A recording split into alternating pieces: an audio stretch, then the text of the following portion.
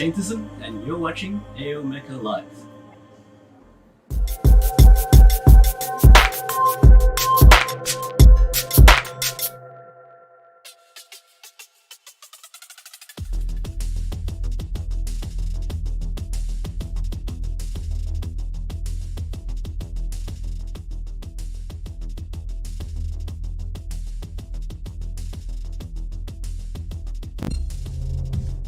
Hey, good evening guys. Welcome to another episode of AO Mecha Live. Tonight is a spotlight episode and it's featuring Chris Lim, aka The Saintism. You've probably seen his work all over the internet. Actually, mainly in Instagram, probably. Yes, Instagram and Facebook. The first time I met Chris, or I've seen his work and his name, was last year over at GTS, and he did a show just yesterday with GTS. So hopefully he has some energy left for us. That was an amazing show, by the way. So if you didn't get a chance to check it out, go check them out, guys. But tonight, yeah, we're gonna be talking with Chris in a bit. Just a recap of what we did this week. So it's crazy week for me at the latter part. The first 2 days was not too bad. I think I wanted to erase what happened with the backlog builder on Monday and Wednesday. It was just, oh man, Ayoshima Full Metal Panic kit looked cool in the box.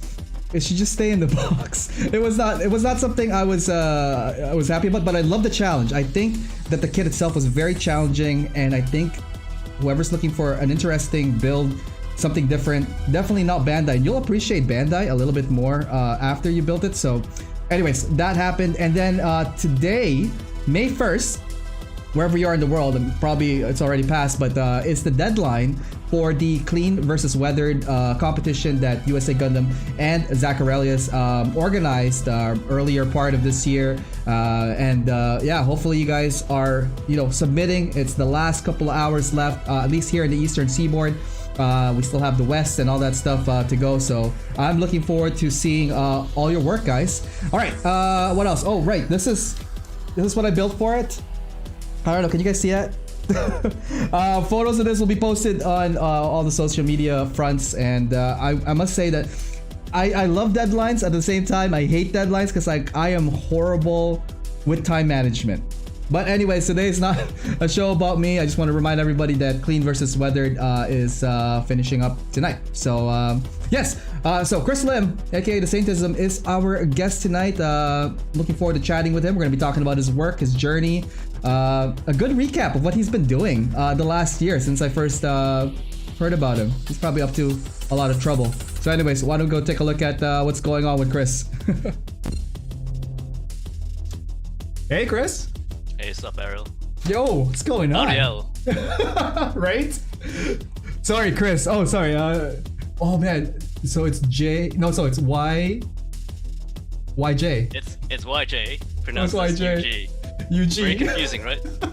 I know, right? Like you would think that like have you ever had that like where they spell your name as your initial instead of the actual like name that when you're trying to pronounce it when you were younger? So what would happen is I would tell people my Chinese name, and then they would write it down as they heard it, as the letters U and G, which is like, oh my god, please, like. Oh man, that must have been confusing. But Chris is your name right now. This is like the more international, like your English name per se, right? Yeah. Awesome. And that's why I knew you by. It's always been Chris in my head, or The Saintism. So we're gonna get to all your origins, and we're gonna nitpick a little bit more about you. But first, I just want to say hi and welcome to everybody joining us both on YouTube and on Twitch. We're simulcasting right now. Over at YouTube, we have Ben Voigt, aka Kyo Mecha. The Pastime Builds, Gemwolf, and KFX360. More people are probably joining in as we go. It is early morning for you there in Melbourne, Australia, right? It's 11, so getting around brunch time, I guess. Oh, brunch time. Oh, I keep forgetting that it's not it's not a direct 12-hour. You're like 14 hours 14. away. 14, yeah. Nice. So Australia, were you originally from Australia, by the way? No, so I was born in Malaysia, but parents moved here when I was like quite young, like 6 or 7. So I'm pretty much like naturalized now.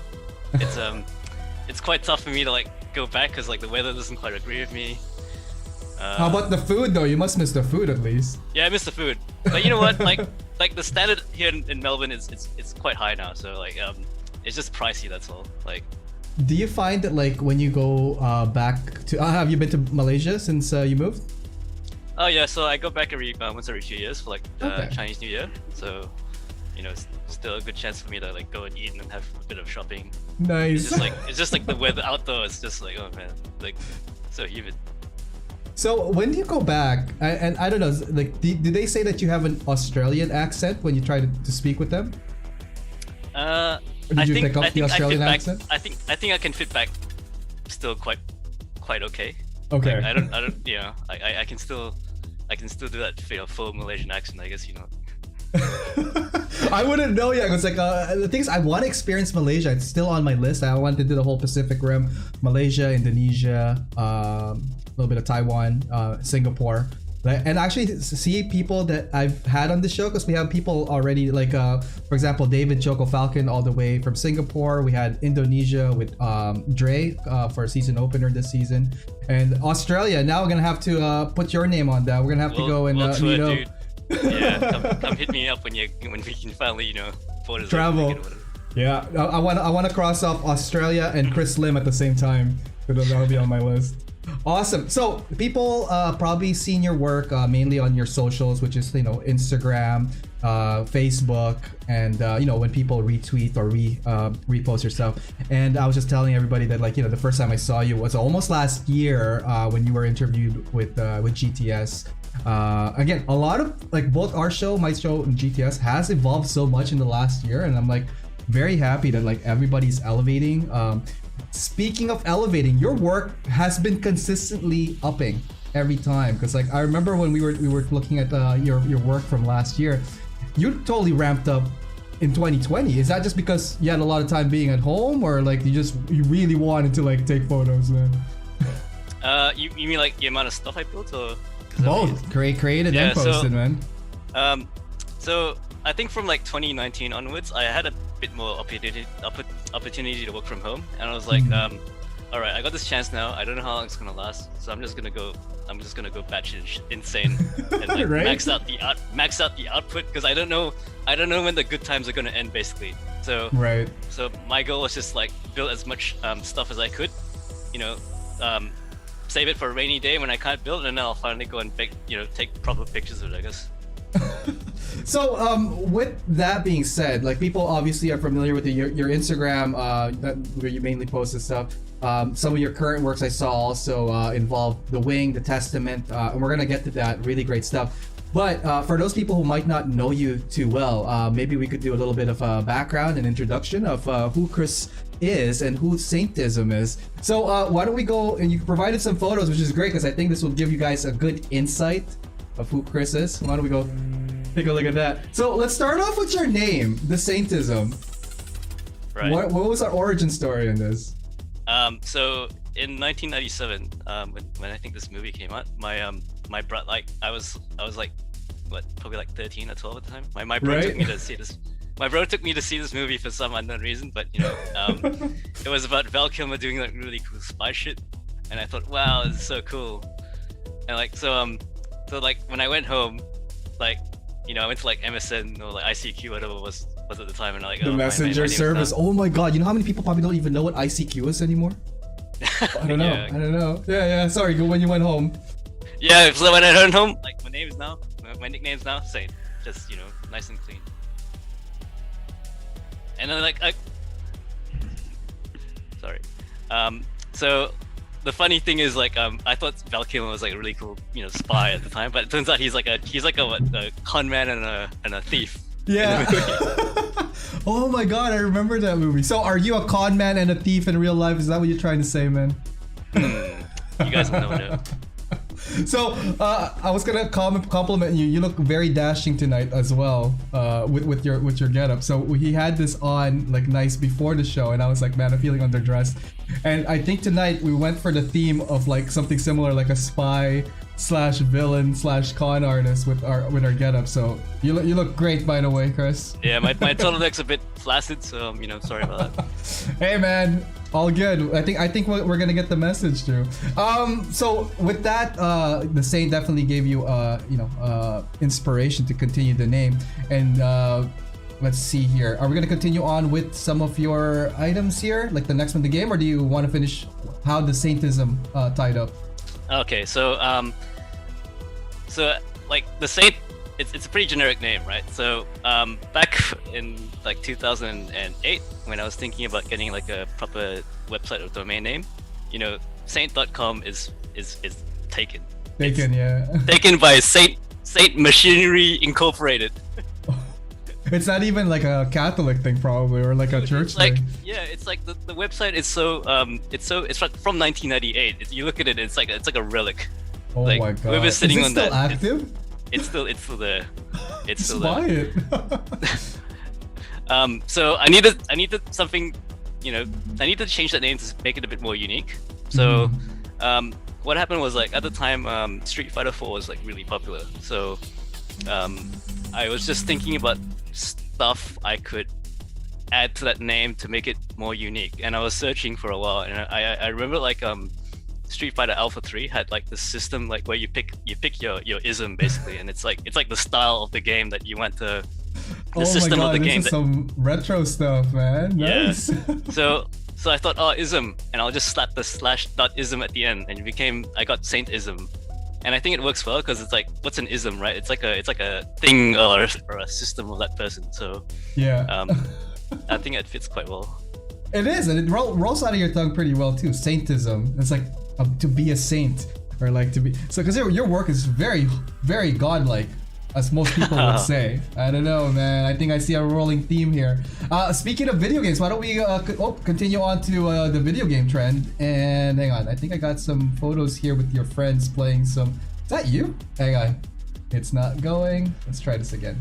There we go. So, would you say video games is a big part of your upbringing? Yeah, I'd say definitely. I mean, if it wasn't for video games, I probably wouldn't be into Gundam, because that's part of the origin story, I guess. So here's me enjoying free roam VR with my brother-in-law and cousin. Nice. Have you tried it before? I haven't tried the free roam one. I've only done the static one. So it was like a demonstration at the mall, and then you have a little box. But I'm assuming here, like, they've marked out like a full room where you guys could roam around, right? Yeah, so it's like a big warehouse, and like the game we're playing is like one of those zombie shooters, and it's like Left 4 Dead basically, but it's like VR. So the next couple here, there's a couple of montages of video games. I'm assuming these are the ones that you are most close with. Well, yes, I guess some of them.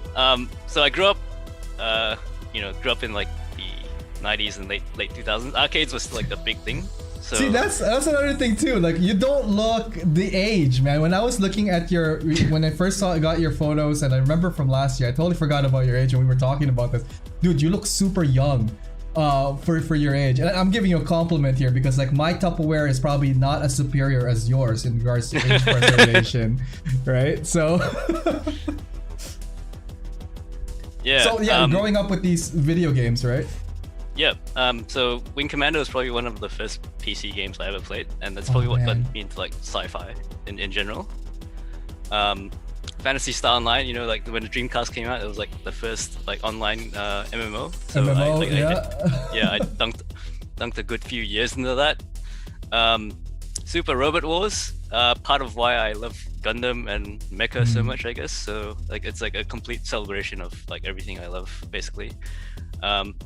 Uncharted, it's a very underrated multiplayer game. So I've been playing that since Uncharted 2, and like since like when was Uncharted 2? Oh 2008. my god, that's like 2008. It was PS2 release, right?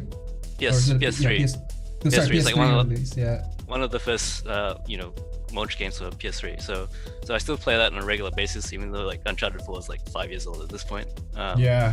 Oh my god. And then Sorry. Oh, sorry. Did we miss one? Hang on. Yeah, the Gundam Versus game. So that's kind of what got me into, like, it wasn't my first introduction to Gundam, but that was like the first time I saw Gundam kind of in action in a video game. So for those people who don't know, it's actually like the precursor to the Extreme Versus series. Don't know if you've played that before. I've played like, oh man, a long time ago. I was playing, like, my friend had it for their PlayStation. But how long have you been playing it? Are you still playing it Since till the today? first game. So like every few years they'll bring up like a new one. So they did like a Zeta Gundam version, and then like a Gundam Seed version, and then like a Seed Destiny version, and then they figured out like, oh, why don't we just cram every single Gundam series into one? Into and that's one. how you get, yeah. And I think, is the next one our clip from it, or is it hang on? We have like the arcades. What's here? Left, Yeah. like the House for Dead. House of the Dead. So that's my favorite light gun shooter of all time. You know, like, did you ever see that machine as a kid? And they had like Yeah. the curtain around it, which did absolutely nothing. Because it's supposed to give you like total darkness or whatever for it, right? I remember No, that. it's to keep prying eyes of kids from seeing gory Gore, stuff. You know? yeah. For me, I don't know if you played this. I played Time Crisis a lot when I was in the arcades as a shooter. Yeah, I was crap at that though. Yeah. Because you have to like press the pedal every time you go. Yeah. So speaking of the Gundam games, so what I have here is the Super Robot Wars. This is the new Gundam clip from it, and it's funny that like when we were talking about this, I fell in love with the sprite design on this as well. Let's play a clip from well, set it up. What is this video we're gonna be looking at next? All right. So for those who don't know, Super Robot Wars is like a tactics strategy game that's originated in Japan about 30 years ago. Typically, it's like got lots of different mecha series in one game, so it's like a crossover game. So you have like Ava, Gundam, similar to Mazinger Ace Z. then, if anything, but it's like a tactics format, like a strat. Like Yeah, and it's not just. I would say it's not just like a tactics game. It's a very pretty tactics game. Like I seriously did not understand a lick of Japanese for a long time, and I still played this game because it's so pretty. And I gotta credit, cause I only know some of these mecha series because of this game basically. Like Gao Gaiga, Code Geass. I would have never gone out and watched it otherwise if it wasn't for this series. So so this clip here, gonna try sell you guys, whoever's watching, Super Robot Wars in 2 minutes. I'm gonna show you two clips. First is of just new Gundam. He's probably doing two of his most powerful attacks. So I love the animation on this one. It is so clean. And you know how there's like SD, but like you've always seen it lately as a 3D image? This one is still hand-drawn. hand-drawn and sprites. Oh my It's like god. a rarity in this day and age.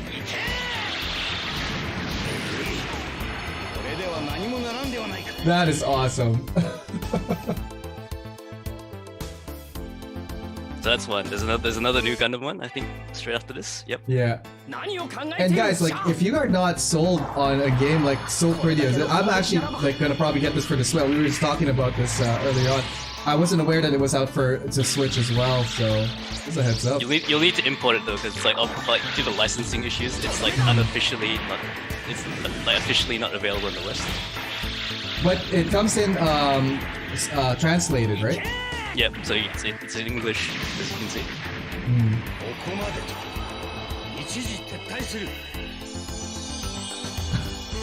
I love that new type aura there. Wow, such a pretty game. And we have one more clip after this, and this This is like the F91. It's Have you seen F91? I have seen F91, but it's been a while. I think there's a Blu-ray. The Blu-ray first release is the one when I saw this one last. Yeah. So this is when he's doing that attack at the end of the movie when he does that after image. Yeah. The people don't notice it. Like they're like, oh, the F91 could do Trans Am as well. It's like no, the other way around. The EXRTA could do the F90 dash or F91 dash. Wow, such a pretty game, man. And I love how when it's like they switch back and forth between the SD and the real full size one. Oh, so it's awesome. fun. Like it's like a fun RPG. You get to use all your favorite characters from all that, like like robot animes, and then you get a dog pile. Like all your favorite bad guys, basically.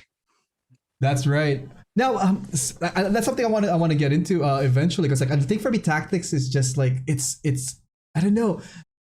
Without seeing that, I would have been like in my head, I'm playing like Final Fantasy Tactics, and it's like move here, move there, and there's like no excitement for me. But like that one, just like That might break the seal for it.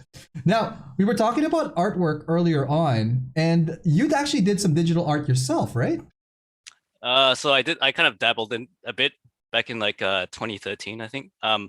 So I this didn't really guy shows me this, and it's dabbling. I'm like, what the? I can't do that for the like all the years I've been trying to do. How long did this thing take you, man? Oh, dude, that was like 2 months, I think. Like I seriously experienced like the like artist syndrome is what I call it. It's basically when you start something and you just don't know when to finish. I was watching a lot of like drawing tutorials at the time. So what I've mentioned before is that these videos like I watch them for an hour, and then like at that point I would have stopped already. It's yeah, that looks good. And then I see the video and it goes for like another 7 hours, and they're just like adding details and like redrawing parts. It's like, oh man. It looks pretty, but like, what did you use for this one? Did you use Paint Tool Sai or Photoshop? I just used GIMP, I think. Oh, GIMP! Oh my god, I haven't used GIMP in like forever. Yeah. Wow. But like looking at it now, like I can see it's like a bit over and under detailed in some places. Like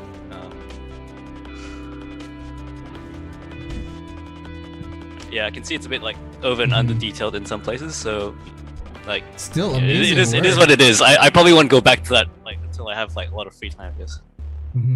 Now, like I was gonna say, like how many pieces have you worked on during this stint?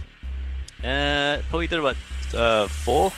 So like yeah, I was big into the League of Legends at the time, so most of them are like league characters. Here's another one of your work. What year is this now? Still like 2013 or 2014, I think. Yeah. Nice. Wow, these are magnificent pieces, man. You should. I would encourage you to do more if you can. I think it's either gunflower or art, man. Like right now, I just like, do both, man. You got this. Bro, I need sleep, man. Not like some of the like machines that you know like. You know what we do need, and this is funny that you brought this, like that you sent this thing. Cause like I was for the life of me like, how am I gonna fit this into our talk? Now you're big on photography, but you're also big on food. And that's something I think we have in common here. So I got some photos here of the food. Can you, for the fans who don't know what's going on, why did you send me all these food photos, man? Well, like as you know, when you're stuck at like Melbourne got put into like a pretty heavy lockdown last year, and I was like, oh, man, I miss eating out. So I just thought like, you know what, like I miss that food. So why don't I try just making stuff that I like to eat? And did you make all of these stuff that are in the photo? The pizza, you know, like the wife helped out, but that egg on tomato, that was me. The Mexican rice here, that's me. Yeah, I did that. Oh my god. When are you opening up a restaurant, man? Why don't you come down? I'll cook something for you, man. Done. Awesome. Okay, if you guys aren't hungry, you probably are now after seeing all this food here. Sorry, what was that, Chris? Mapo tofu. Don't know if you've had that before. Oh, it's a spicy one, right? This is spicy. Yeah, it's a spicy one. Yeah. Nice. Just big quick shout out on Twitch. We are now followed by Anubis20. Thank you for following the channel and welcome to the show. Awesome. Now, out of the set here, which one's your favorite? I would say that tofu, the one you've got up there, because for the longest of time, I actually like used to order that when I ate out a lot. And then when I finally discovered how to actually make it properly at home, I didn't feel the need to ever like order that again. Like my version I felt was like 90%, you know, the same. So yeah, you know, you should post the recipe for this, or like at least you know, take more photos of you enjoying, because like, it looks freaking yummy as hell. I might actually bug you for the recipe on this one, man. Dude, once I think the cooking is like, if you're good at gunfly, like, come on, man, if you can do scribing and all this shit, you should be able to do this. Like, it's actually not very complicated. Like, it's just formula too, right? If anything. Now, we were talking about traveling, and I'm very envious of some of the photos that are coming up next, guys. So this man here saw and was like throwing distance away from the RX-78, the Grandpa Gunpla, granddaddy of them all, when it was up in Japan. What year is this? This is 2013, I think. So this is like my third trip to Japan, and yeah, like I just happened to be at a time when the granddaddy is still around. And Now, there's a picture of what the decal actually says. Caution, a fitting required when a pylon is installed attached. Wow, that's pretty detailed. Critical bolt, torque C maintenance manual. At least it makes sense instead of like random words kind of like put together, like that doesn't make any sense at all. But like you don't see the bolt obviously, right? Like where is it located? What's going on here? Now, I ask usually people that gone and see the Gundam, be it the Unicorn or the Granddaddy. Did you, Chris Lim, touch the RX-79 78 structure? I did not. I was just honestly so happy to see it. I was like, We're still batting. I think what 7-0 now, guys. We got to get that one person that has touched this awesome statue. Well, the Unicorn now, but the Freedom is now built in China, right? Yeah, it looks like it just got finished. People are commenting that it kind of looks off center, like it's It kind does. of leaning on. Oh my god! And for those of you guys in the chat, so in China, the Freedom Gundam 1-to-1 scale just completed, I believe, this week, and people are starting to swarm in now. And after initial photos, I'm like, really? Maybe they could take a lesson from Chris here about posing 101, right? It's like, let me just go and straighten up your statue for you. Oh man. So Action Man is here too at Twitch, also with Jan, Riot, and Hero. Action Man is just saying to you that, like, you know, sorry it wasn't able to catch your live stream masterclass yesterday.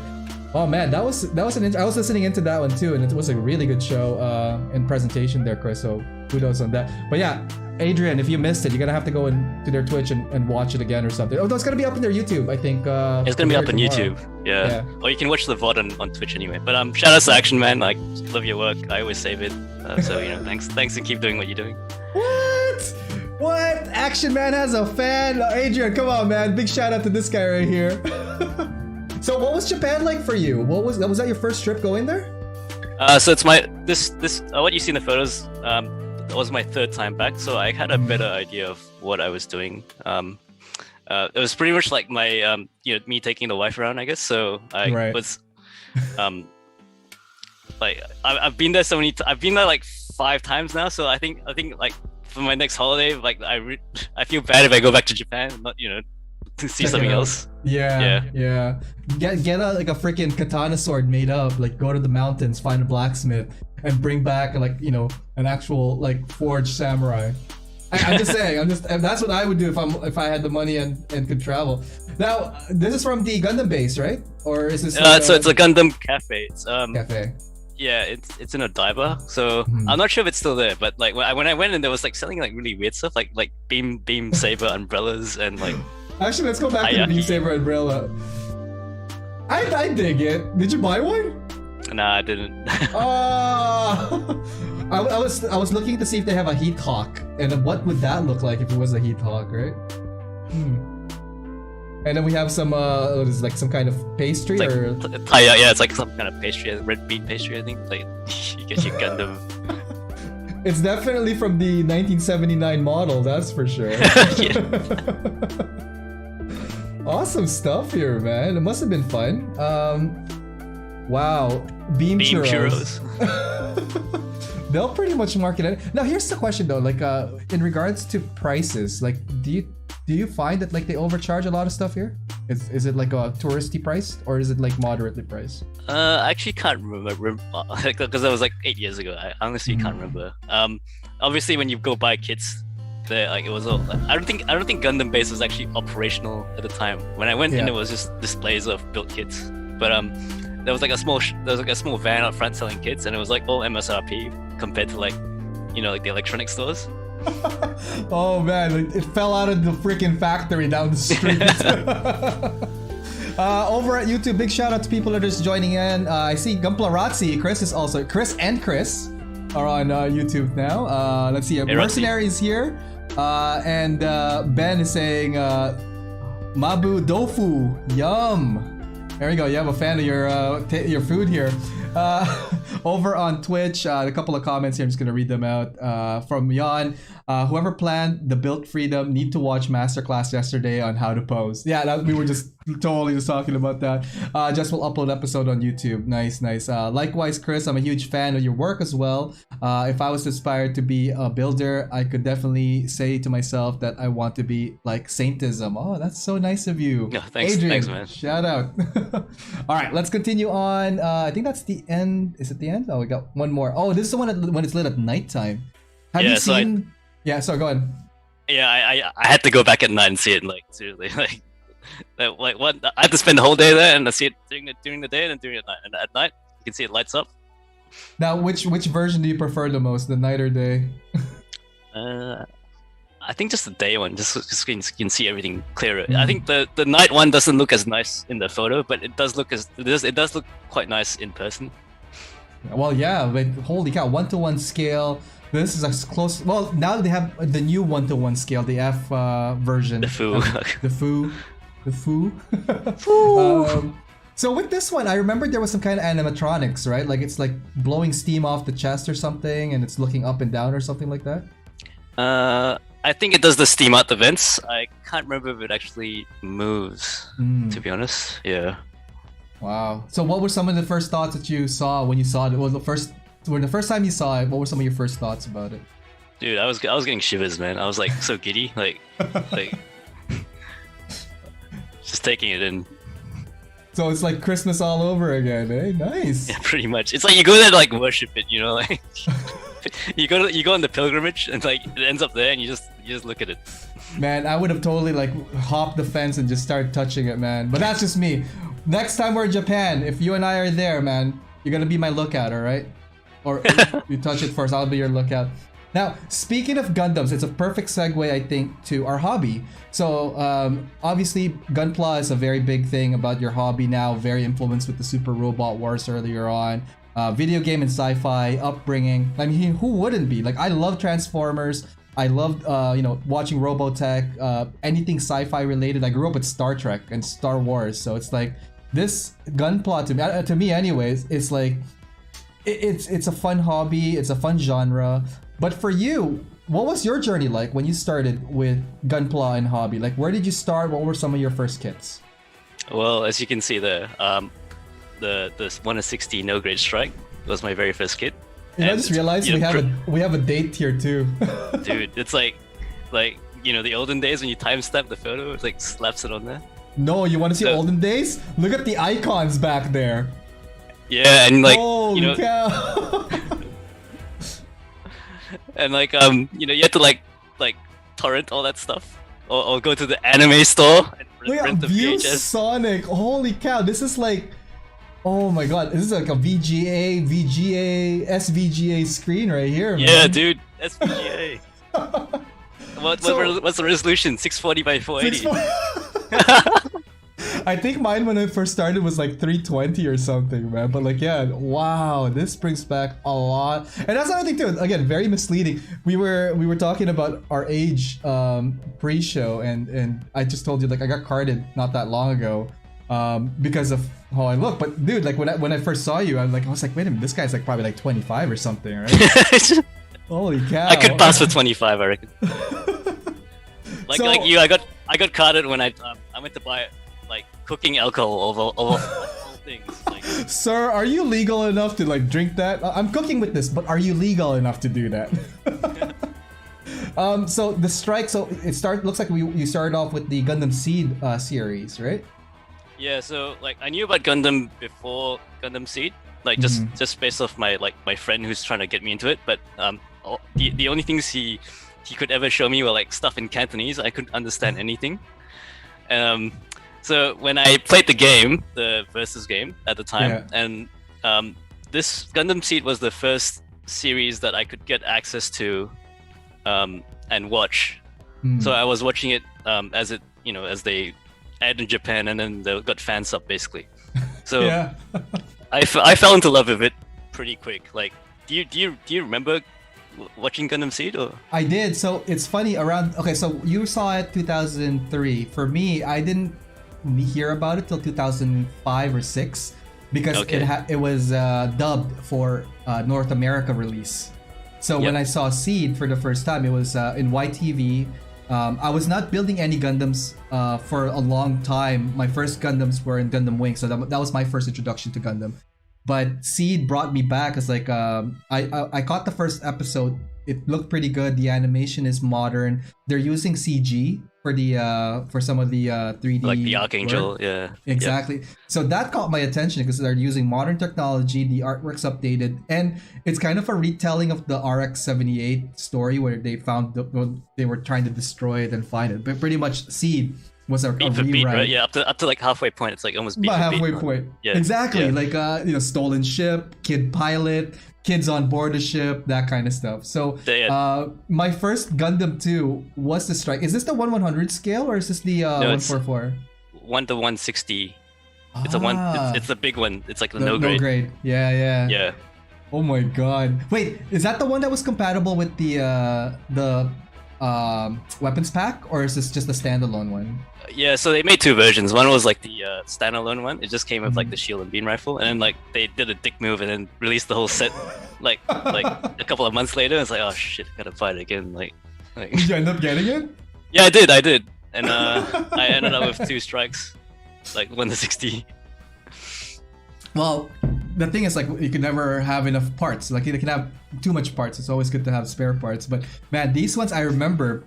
Okay, so since I built Wing before this and I built this now, it's like I like this better because of like not the ball sockets for the limbs. I believe this one is all pegs, right? Like peg with the it's still using polycaps with PCs. Yeah, with the ball joints, yeah. Okay, well, the thing for me is like the shoulder here is not like that rubber part, because like if you've built any of the no-grade wings before, this gray piece is like 2 rubber PC parts put together. Oh, and it was flimsy as hell. Holy cow. So the Strike was also my first kit, but like being this is your first Gundam and all that stuff, like what are some of the stuff that you recall after, you know, receiving it, building it? Did you enjoy it? Did you not enjoy it? What happened, man? Yeah, like so I was pretty hyped when this was done. It's like, goddamn, Strike Gundam sitting in my desk, right? So I couldn't be happy at that point. I did remember, like, I did your usual like beginner stuff, like, you know, like I think it was like either twisting stuff off or like nail with this, like, oh, it's just break it off. Nice. So after you built it, like what did you like it? Did you want to get more? Are you still watching the show? Yeah, so the show is still ongoing at this point, and then so what sort of kept me going was that I kept looking at this model of the Strike that I built, and then I kept comparing it to the one in the manual, like what it looks like, and it's like, this isn't the same thing. It's like, you know, like it's missing painted. details. Yeah, missing details. Like there's like a seam here. Yeah. So you obviously liked it enough to continue. The next couple of ones I think are your early builds still. So the next ones are what? Like this is the Mark II from the looks of it. This looks like the perfect grade. It is the perfect grade. So I went all in, man. Like like you know how like they market like perfect, master, and like high. It's like why don't I just buy the best? Like, you know, perfect. Like why would you want a master when you can get perfect? Like so so after I got that, yeah, that got me into like Zeta Gundam as well. So I started watching Zeta Gundam. And you started collecting kits from like the UC series from the next of it, right? Yeah. Nice. What did you think of the like? Is the perfect grade your second model kit, or did you build some before that? I can't remember. I think I got like the 1/100 no grade Buster as well, and like maybe like a 1/144 dual. But those are just like snap built stuff. Perfect grade, I just got it like, I think the pictures was like 6 months after. That was like, yeah. Holy crap, man! You're a brave guy going from like a no grade to like perfect grade. In like such a short time. The next couple of months, are you painting these kits now, or are they... So the last few from the Gelgu onwards, I started painting, but that was like a couple of years later when I like actually like, you know, had like a part-time job, like a better job, right? And I could like afford like airbrushing compressor. What was your first airbrush like? As in my first airbrush kit or my first airbrush? Both. I still have my first airbrush. It's a Iwata HP CP. Okay. It's obviously like a bit worn out because of the shit I've done to it nowadays. Since I got it, it's like what, almost 15 years already. I use it to spray junk nowadays, like enamel. If I'm doing like enamel wash, I'll just use the junk airbrush to like do that. The compressor died. I got repaired, so it's still working. And my first airbrush build, it's so bad. It's gone. Like there's no record of it. Like seriously, you guys nowadays when you say, here's my first airbrush build, it's like I'm freaking jealous of you guys, man. Like, come on. Well, you know what it is? I think people just have access to better tutorials. Like back in the day when I was starting, the only time I would see anything remotely close to a tutorial is buying Hobby Japan or Dengeki. Right, like to see what people. And the thing is, I gotta get a friend to translate it for me because it's all in Japanese. So all I see is the pictures with like the arrows pointing, and that's it. Now we have full-on YouTube content creators that are like, "Hey, this is what you do between this and this. How do you airbrush 101?" You know, and you get like pretty much access to information. I'm very, very happy that we live in the present right now with the advancement of technology that we have access to. Because man, if I had this when I was younger, I'd probably be painting a lot better, and so did you probably too, right? Like, it's such a cool way to converse with, learn from the internet these days. But when you were learning, I'm kind of curious because like when your first airbrush, did you have friends that airbrush, or like how did you learn how to do airbrush? So this was like the early days. I don't think YouTube was even around back then, so you had to go to like forums. You have to go to forums and ask a question, and then like all you get is like a wall of text, right? So it wasn't until like when YouTube sort of just started. There's like a Japanese modeling show called Plamo Sukuru, and when there was like a particular video that there's a Japanese model named Iwata Toshio, and he's like painting like a RX-78 Vercar, and that's where I learned how to do that highlighting technique from. Right, so once I saw that, I was like, okay, I get it now. I can finally do this. Like, for me, it was trial and error. So I bought cans first when I started, and with primer, I didn't know that like the underlayer primer affects the color above. I just thought that you could put whatever primer in there, it just gives it a surface, and then you could paint on top of it, right? So I mixed gray and white in one kit, but like they're not symmetrical. So when I sprayed it like with the airbrush afterwards, like there's red patches and then pink patches everywhere, and I'm like, oh my god. But yeah, let's say hi to everybody as well over at YouTube and on Twitch, guys. You guys are hanging out with Chris Lim and myself here at AO Mecha Live. We're gonna take a quick break, and next, I think, Chris, we're gonna take a look at some of your work and your early days to your present, because I think it's gonna be a fun little journey.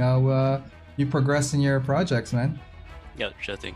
All right, awesome. We'll be right back, guys. Stay tuned. Hey guys, thanks for tuning in to the stream, and hopefully you guys are enjoying the show so far. I just want to let you guys know about an amazing online community that I'm part of, and it's called Side 6. Here, you will find like-minded modelers and hobbyists who enjoy the mecha and gunpla genre. We encourage posting of whips, projects, and tutorials to help each other move forward in our hobby and in our community. We are always open to new members of all skill levels, so come check us out at facebook.com/groups/side6. So, we also have an Instagram where we feature members' works, and you can find that at instagram.com/side6_mecha. For all new club information, resources, and news, you could check out our website at www.side6.club. All right, let's get back to the show and see what's going on there. Hey, welcome back, guys. My name is Ariel, and you're watching AO Mecha Live. Tonight, we're joined by an awesome builder, photographer, Australian, Malaysian, my fellow Asian. I don't know where I was going with that. Chris Lim. Hey, Chris, welcome back. Still with us? We're good? Yep, all good. Nice. So we were just talking about some of his early stuff, a little bit of his hobbies. Let's see here. I think we're gonna get to his work next. And what year are we looking at here? I think this is like 2014 from the looks of this folder. Let's take a quick look here. Remember this guy? Yeah, so that's from 2014. So I built that kit for HLJ's. They had a competition at the time, and I think this came second. And Second, this was like this was probably like the first time I like tried hard if you know what I mean. Actually put effort, not try hard. Like you actually Yeah. went and put effort into it. And that's the first time I started taking like pictures on that black background, which I still use. So I guess that's like the first kit in that style, I guess.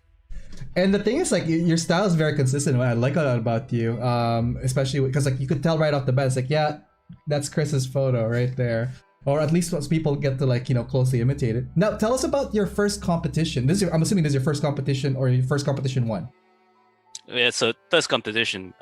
So like I guess it was a good experience for me because like like I said, like you try a bit harder, like you detail a bit, you just push that boundary just a bit more, like you just detail things a bit more. This is the first time I learned how to paint that orange yellow highlight in that kind of style. Love it. You said the magic word, orange. Awesome stuff. So you're airbrushing with this. Do you have like a paint of choice when you work on things? So at the time I was using Mr. Hobby acrylics because pretty much that's the only thing I could get at the time, I guess. Nowadays I use a bit of everything: Mr. Color, Gaia Notes, SMS. Just different paints, good at different things. Nice. No, it looks really well. Congratulations on your win. So, with that being your first win, like, what were some of your initial reactions to it? I was like ecstatic, man, because like like you get a feeling where like you just never win anything, and then you just win something. It's like, oh my god. Like, like, What was the competition like during this time? Were there pro builders? It was like an open, like multiple levels, where you put in a category? Yeah, so there's like 3 categories. One's like the beginner unpainted category. This was like the intermediate category, so like painted but no mods.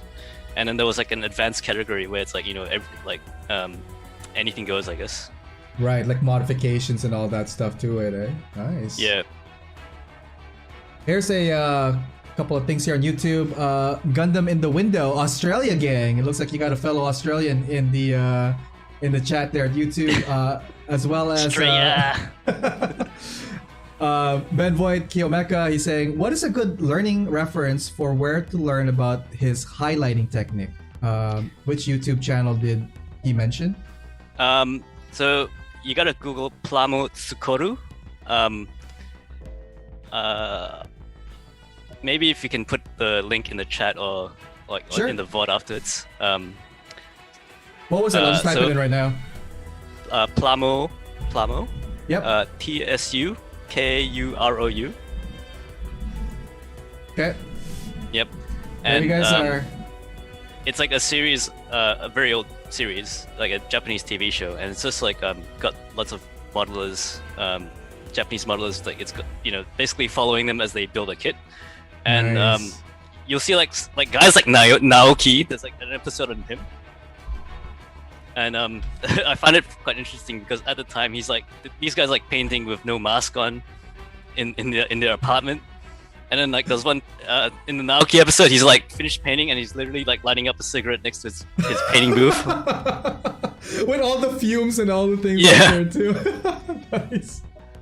So yeah, so that's like I get a lot of requests to make like a tutorial video, but like I honestly don't think I could make like a better video than what's there already, like at my current stage. So I always refer people to see that video. Nice. Go check it out, guys. So it's Plamo Tsukaru, and there's the name on both Twitch and on YouTube. Let's continue on. Now, Gundam Seed. Very, very cool series. Love the mecha. This is still 2014-15 year? Yeah, so those 4 I built in 1 year, I think. So those are the only 4 I did. When those kits came out, man, they were like state of the art. Like it's Yes. And they still hold up quite well, I find, to this day. I built the Buster a couple of months back, and they're live during the show. It's a really great kit. I think I got one of my favorite mecha out of the whole Gundam thing is a Strike Gundam, but the master grade frame for that sets so much precedence for future mecha, because I think that was one of the first master grades where you have that the front bear hug thing. Yep. And all of these frames here pretty much are derived from the GAT 105, or the Strike rather. So out of the Seed, like, do you have a favorite mecha from all of them? I would say the Buster. just in terms of energy, I love the strike the mess. It's like I love the strike so much. I still haven't built one yet because I'm still searching for the right colors to put in it. What? Yeah.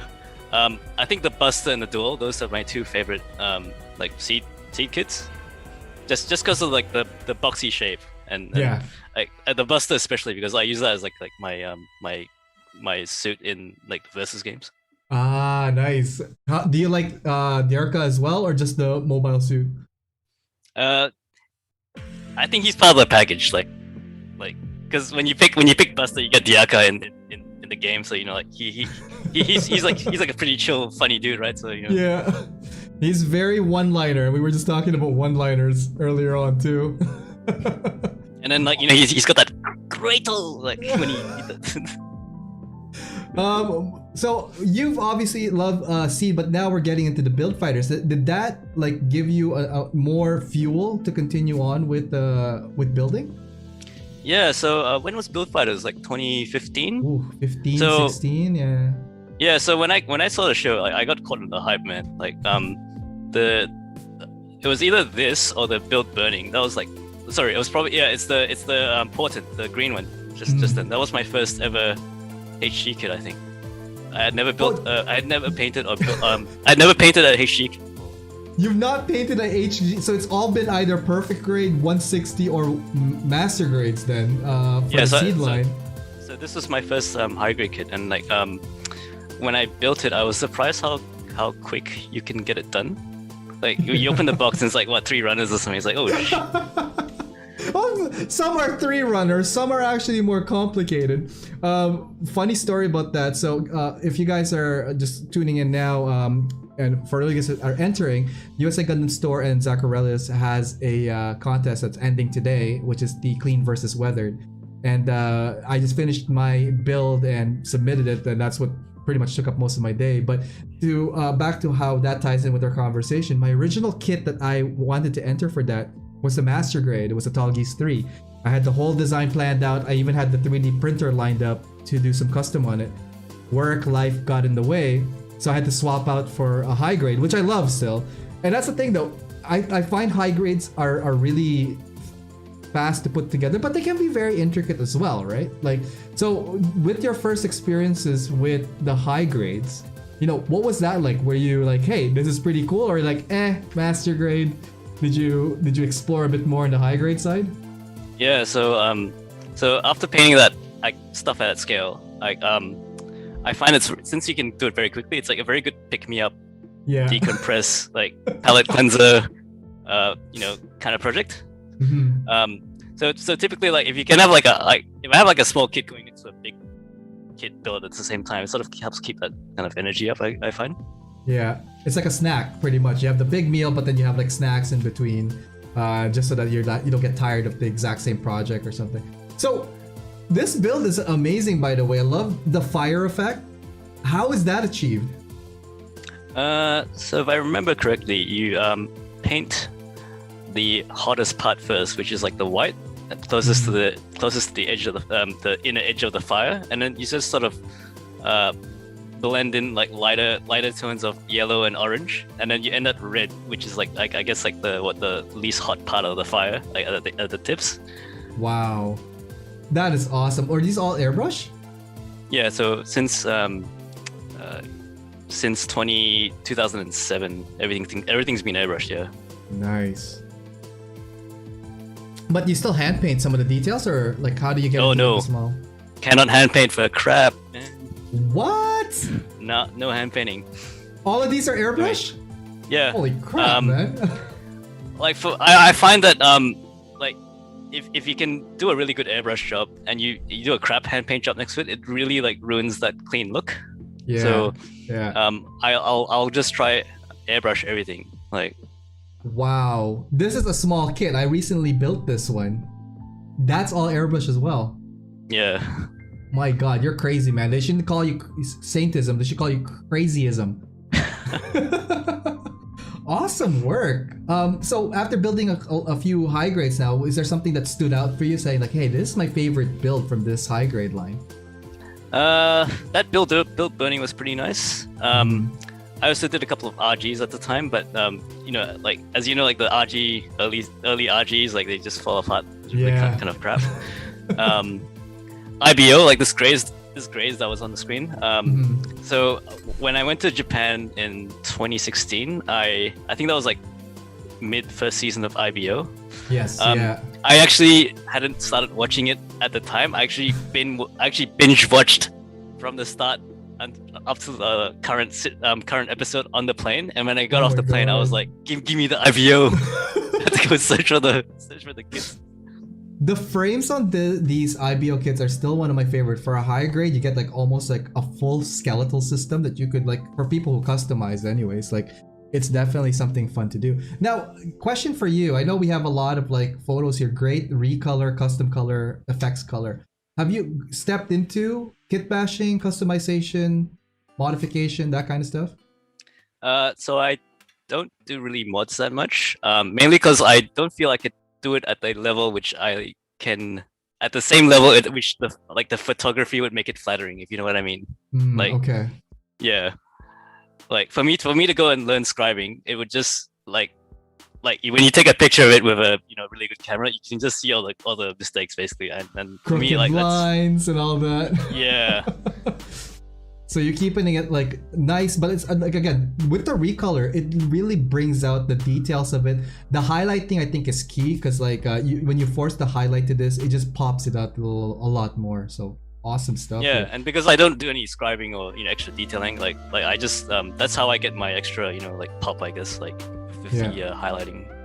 So I know we were talking about the masterclass yesterday. Did you just touch? I forgot if you guys touched base about contrast and background, because like I know your style was like the whole black. Have you tried other backgrounds when you were doing photography? I started with white first. I found that what happened with white is that it just reflects in the booth too much, and the white tends to wash out whatever you're trying to take in it. So the one time I used black and I just stuck to it because like it's a gimmick now, right? Yeah. So your lighting setup, for those guys who did not catch the show, you're using multiple lights sources, minimum of 2, I would say, for this one.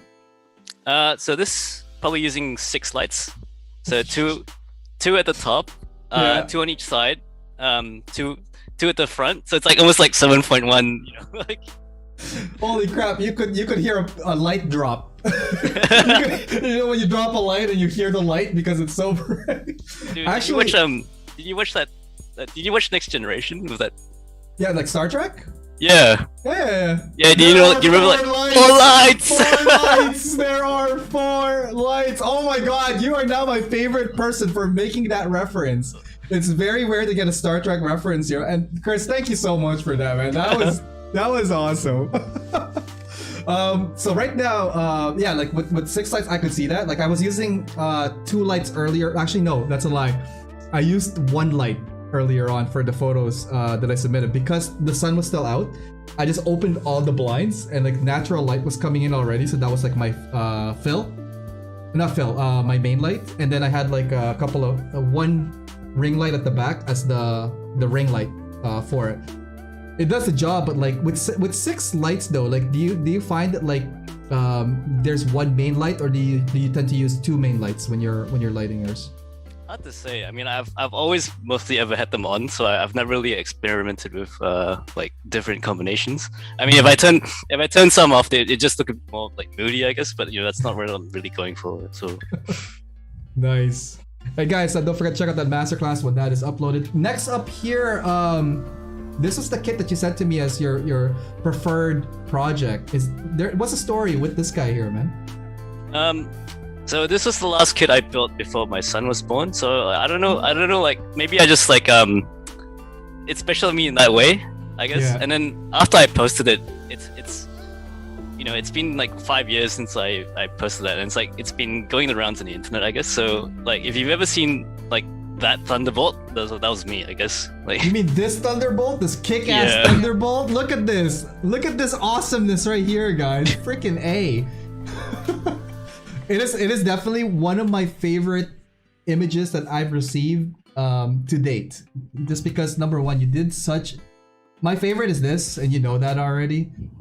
This right here, the four. Okay, my question for do you have a go-to yellow and orange when you do your blends? So I start with Mr. Color Orange as a Right. base coat. So I paint the entire piece orange, and then what I'll do is I'll highlight, I'll tone map with white. So just paint in the white parts. Yeah. And I use that as a replacement for pink primer. Or, just so the yellow can Punch get that through. nice. Yeah. And then what I do is I hit it with a nice it's like a combination of orange, yellow, and yellow. So you just mist it over, and then maybe I'll just add a bit more white, and then just spray like a tiny bit of a highlight. Awesome stuff. Yeah, like that's.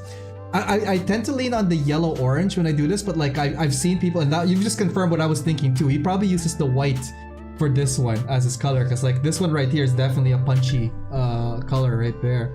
Yeah. Awesome So what stuff. yellow is like it's not really how do you say it's not very opaque. Yeah, so like whatever you put under the yellow, it's like quite important. Like if you paint yellow over black, it turns like green. So like please, It is please don't do that. horrible. Oh my god. Yeah, the first time I did that, I had a gray primer, like the regular Tamiya spray gray. I don't know if you had that as an experience, but like when you put yellow on top of that, it just becomes dull. Yeah, And it's yeah. just like gray. Awesome stuff. Now, question for you for your airbrush. Do you have multiple points sizes, or do you have just one generic one and just kind of go through with that? So I mainly use a 0.3. Like for the most of my life, I've been using a 0.3. About 2 years ago, I just got a 0.5 just to like spray metallics, because so it just doesn't gunk up my main. It gets stuck with those particles, right? Yeah. I do have a 0.2. 0.2 is it? Yep. I don't really use it that much because like it's just a pain in the ass. I keep getting dry tip with it. So I use mainly like the 0.3. Yeah.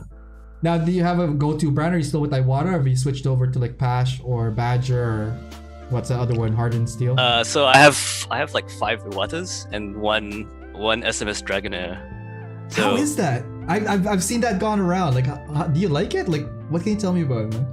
it's a nice workhorse airbrush.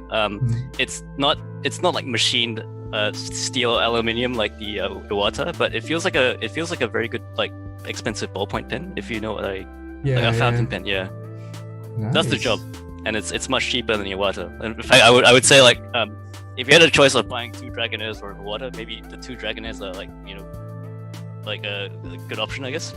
You could dual wield as well. Load one with one paint, do the other, and then you could do your multiple washes with the same at the same time. Yeah, like I actually use the Dragonair to do my base coats, and then I use the Iwata with like the same paint with plus whatever highlight color, so I can do both at the Nice. same time. Like Now, for the compressor, do you use the same one and you have like a splitter, or do you have 2 separate compressors for the two, or you just like unplug them? yeah, I've got the quick release. Quick It's a bit. releases, I wish yeah. I wish I had a wide joint, but I haven't been able to find one recently. So I was gonna say I forgot which one it was, if it was Pash or because for the longest time I've been using Iwata, so all my valves and all my my tubes have been all for the Iwata HBC, whatever the clips. Those are my workhorses. But when I switched to the Pash, it was a different. The size is different, right? Like, what the hell is this? Here, guys, is a quick kind of like back of house BTS behind the scenes kind of like shot of your paint booth. Is this still the same one you're using today? Yeah, same one since 2014. Jeez. Same cloth even. I've just as time's gone on, I Wash add it? more lights. Yeah, that's the thing, right? It gets dusty, so I actually just did a clean the other day. It's like I'm not sure if I actually want to wash it because it might get all linty and shit. Like I get one of those Okay. rollers, like the dog hair ones, and I just roll the dust out. I don't for the ones I used, I bought something new. It's like a vinyl sheet. So one side is glossy and the other side is matte finish. I found myself like always like cleaning it because like with black you could see all the dust speckles. I mean, Yep. you won't see it on the camera per se because like if your f-stop is low enough, you're not gonna see it. But like every time I'm taking a photo, every shot, I swear, I'm like going there cleaning and dusting. Do you find that similar to when you have a cloth? Yeah, so it does get dusty. Before every photo shoot, I'll just do the roller, but like you can't get rid of it 100%. I find like there's stuff that's just like it's just caught there and just will never come out. It's just there, like stains and stuff. But like you said, you just lower the f-stop and like hopefully no one will No one notice. see it. Yeah. The next couple of ones, these ones look like RGs. Yep. So that's the RG GPO one. Nice. And we're just going through. Oh, dude. You know what? I just realized the arm is a separate color. Yep. Nice. I'm so a big fan of like demon, big, separate asymmetric arms. Yeah. Look what a recolor could do. Anyway, just like, guys, think it out. This is just a stock kit, but with the color touches of Chris here, makes it just pop out. Amazing stuff here. Now, like with the whole style and formula, do you find that you tend to lean on it more so? Are you thinking of experimenting in other colors and other techniques in the coming projects? So typically I like to paint stuff as is as much as I can, because I too, like, I'm a collector, right? I just like to collect like stock mobile suits painted by me. So it's like it just happens to be like that. So unless like I get like a really crazy idea or if it's a commission, I just typically stick to like just building it and collecting it, I guess. Now for commission work, like is that frequent for you to do commissions? So I tend to have a few jobs lined up. So right now I think I'm like a few months like queue at the moment. I try not to like overbook myself, because obviously like it then becomes a bit more of a job rather than a hobby, I guess. But it does give me a chance to like experiment with stuff I don't normally do. Now, are you more like when a client comes up to you, do you tend to like, hey, this is what I'm going to do to it, or the client goes, hey, I want you to do this with this color and this kind of thing? Yeah, so they'll come at me with an idea like, I'm looking for something, like black. Black is a very common like request. Really? A lot of people like the black mobile suits. Did not know that. That's interesting. So they'll come with me with ideas. I'll mock it up on like a line art, and we'll bounce the idea back and forth until there's something they're happy with, and then like once it's confirmed, I'll go ahead and paint that color for them. Nice. Do you remember your first commission? It was like a Strike Freedom, like an RG, like a very long time ago. That was a huge disaster for me, like really, because like the kit was. Have you ever built one by any chance? Which one is that? RG Strike Freedom. Not the Strike Freedom. I built the Freedom because I put that on the Meteor system. Right. So it's like the Freedom but worse. Like it's just parts are very fragile. Oh my god. Like I broke an arm and a wing, so I need to get replacement parts. But like it was a good learning experience, I guess. Like don't touch that kit ever again. So was your first commission? It's also an RG, but you've worked with RGs before. What was the difference between this one then? It's just the parts. What was it? I think it was just, the wings are just very fragile, I find. So it's just like a wrong place, wrong time kind of thing, I guess. Now with the I'm just curious about it, because like I've only done a handful of commissions, but not like something that I do or pursue as a daily thing. But I'm just trying to compare notes to. Did they build the kit before you did, or did they give you the whole thing? It's like, hey, get the kit, build it, paint it, and just send us the final product? Or did they work on it first and like, hey, can you make this look awesome? So typically what I ask for is like, I just either you send me the kit in the unbuilt state, or you ask, or I'll go buy it for you. I feel that building something that someone else has already touched, it's a bit of a risk, because you never know like how well they've cut off the sanded the stuff, or or if they've cut off and there's like pits in the plastic, so that's like extra work that you don't really like get to account for when you like sort of plan for that. Can you recall any project that you haven't commissioned with and you go, oh fudge, I messed up? You don't have to name the project, but like, do you remember if you've ever done that in any of your projects before? When you say messed up, like as in having regrets, or like? Well, it could be many things. It could be either like you broke apart, you miscolored, just something, a story out of your yeah. So I would say that first commission is probably like that almost put me off the whole thing completely. I would say like the PGX here that I did, I kind of regret that, because like it was just like such a drainer on my on the energy, like so many parts, and then it's all ABS, and it's like sanding that stuff is like a pain in the ass, like. Oh no. Now, so you completed the thing though, but like, I'm assuming you must have been super drained with that kind of like, frustration. Yeah, so when I did that PGX here, I literally like in the time it took me for me to finish that commission, I actually built like 3 kits, like like 3 more kits during that time frame, just to, like try to keep my energy. It's like I'm working on this project while I build this right here, cutting my back. Yeah. Nice. We're cycling through some of your photos here. This is now, I think, 2018? 2018, yes. Yeah. So RX-78, which version is this one, by the way? 3.0. So it's the same. It's like based on that same like one-to-one statue. This is the one with the big hands. Hang on, let me go back. Oh yeah, it's got the. It has like that. Yeah, this massive hand here. Holy cow. It's because they tried to get all fancy and make it all like movable. The movable fingers. Yeah, it's the worst because like firstly sanding that stuff is not fun, and then like when you paint it, the joints, chances of it breaking. Oh man. Now here's an interesting kit after the RX-78 here. This is the is this the SRSZ, right, or something like that? Yeah, so this is the one Fighters. from Build Fighters, and like they give you a lot of options of that kit. Like they give you everything, right? Like the EWACs, the big cannon, the missiles, and like, why don't I just try to slap everything on together, like as you do, as you do. And I don't think anyone's seen this, but this is like my only one attempt at weathering something. I was gonna say, dude, you don't weather, man. I've not seen you. You've done some really good shading, deep shade, high contrast shade. This right here, can I say this is an exclusive? Has anybody ever actually seen this? I don't know. It might have been in the other GTS show. I can't remember the show, but yes, this is my first and only weathered kit. You're seeing it right now.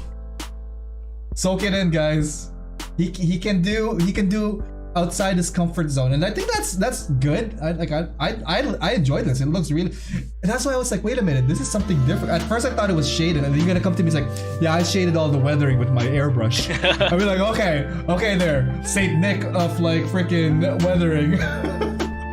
So even I think that's a bit over. Even I feel like as a clean dude. I was just gonna say, like, so when you're weathering this, like, what are some of the stuff that were going through your head? Like, are you thinking of like, I'm gonna dust it up, I'm gonna like make it scratch? Are you actually thinking of a storyline? Like, what triggered you to do this weathering project? I don't know. Like, I always felt like it's like just something I just need to tick the box. And like, because it's the easy 8, right? So it's like those 8th MS team kits, like they always look best weathered. It just fits.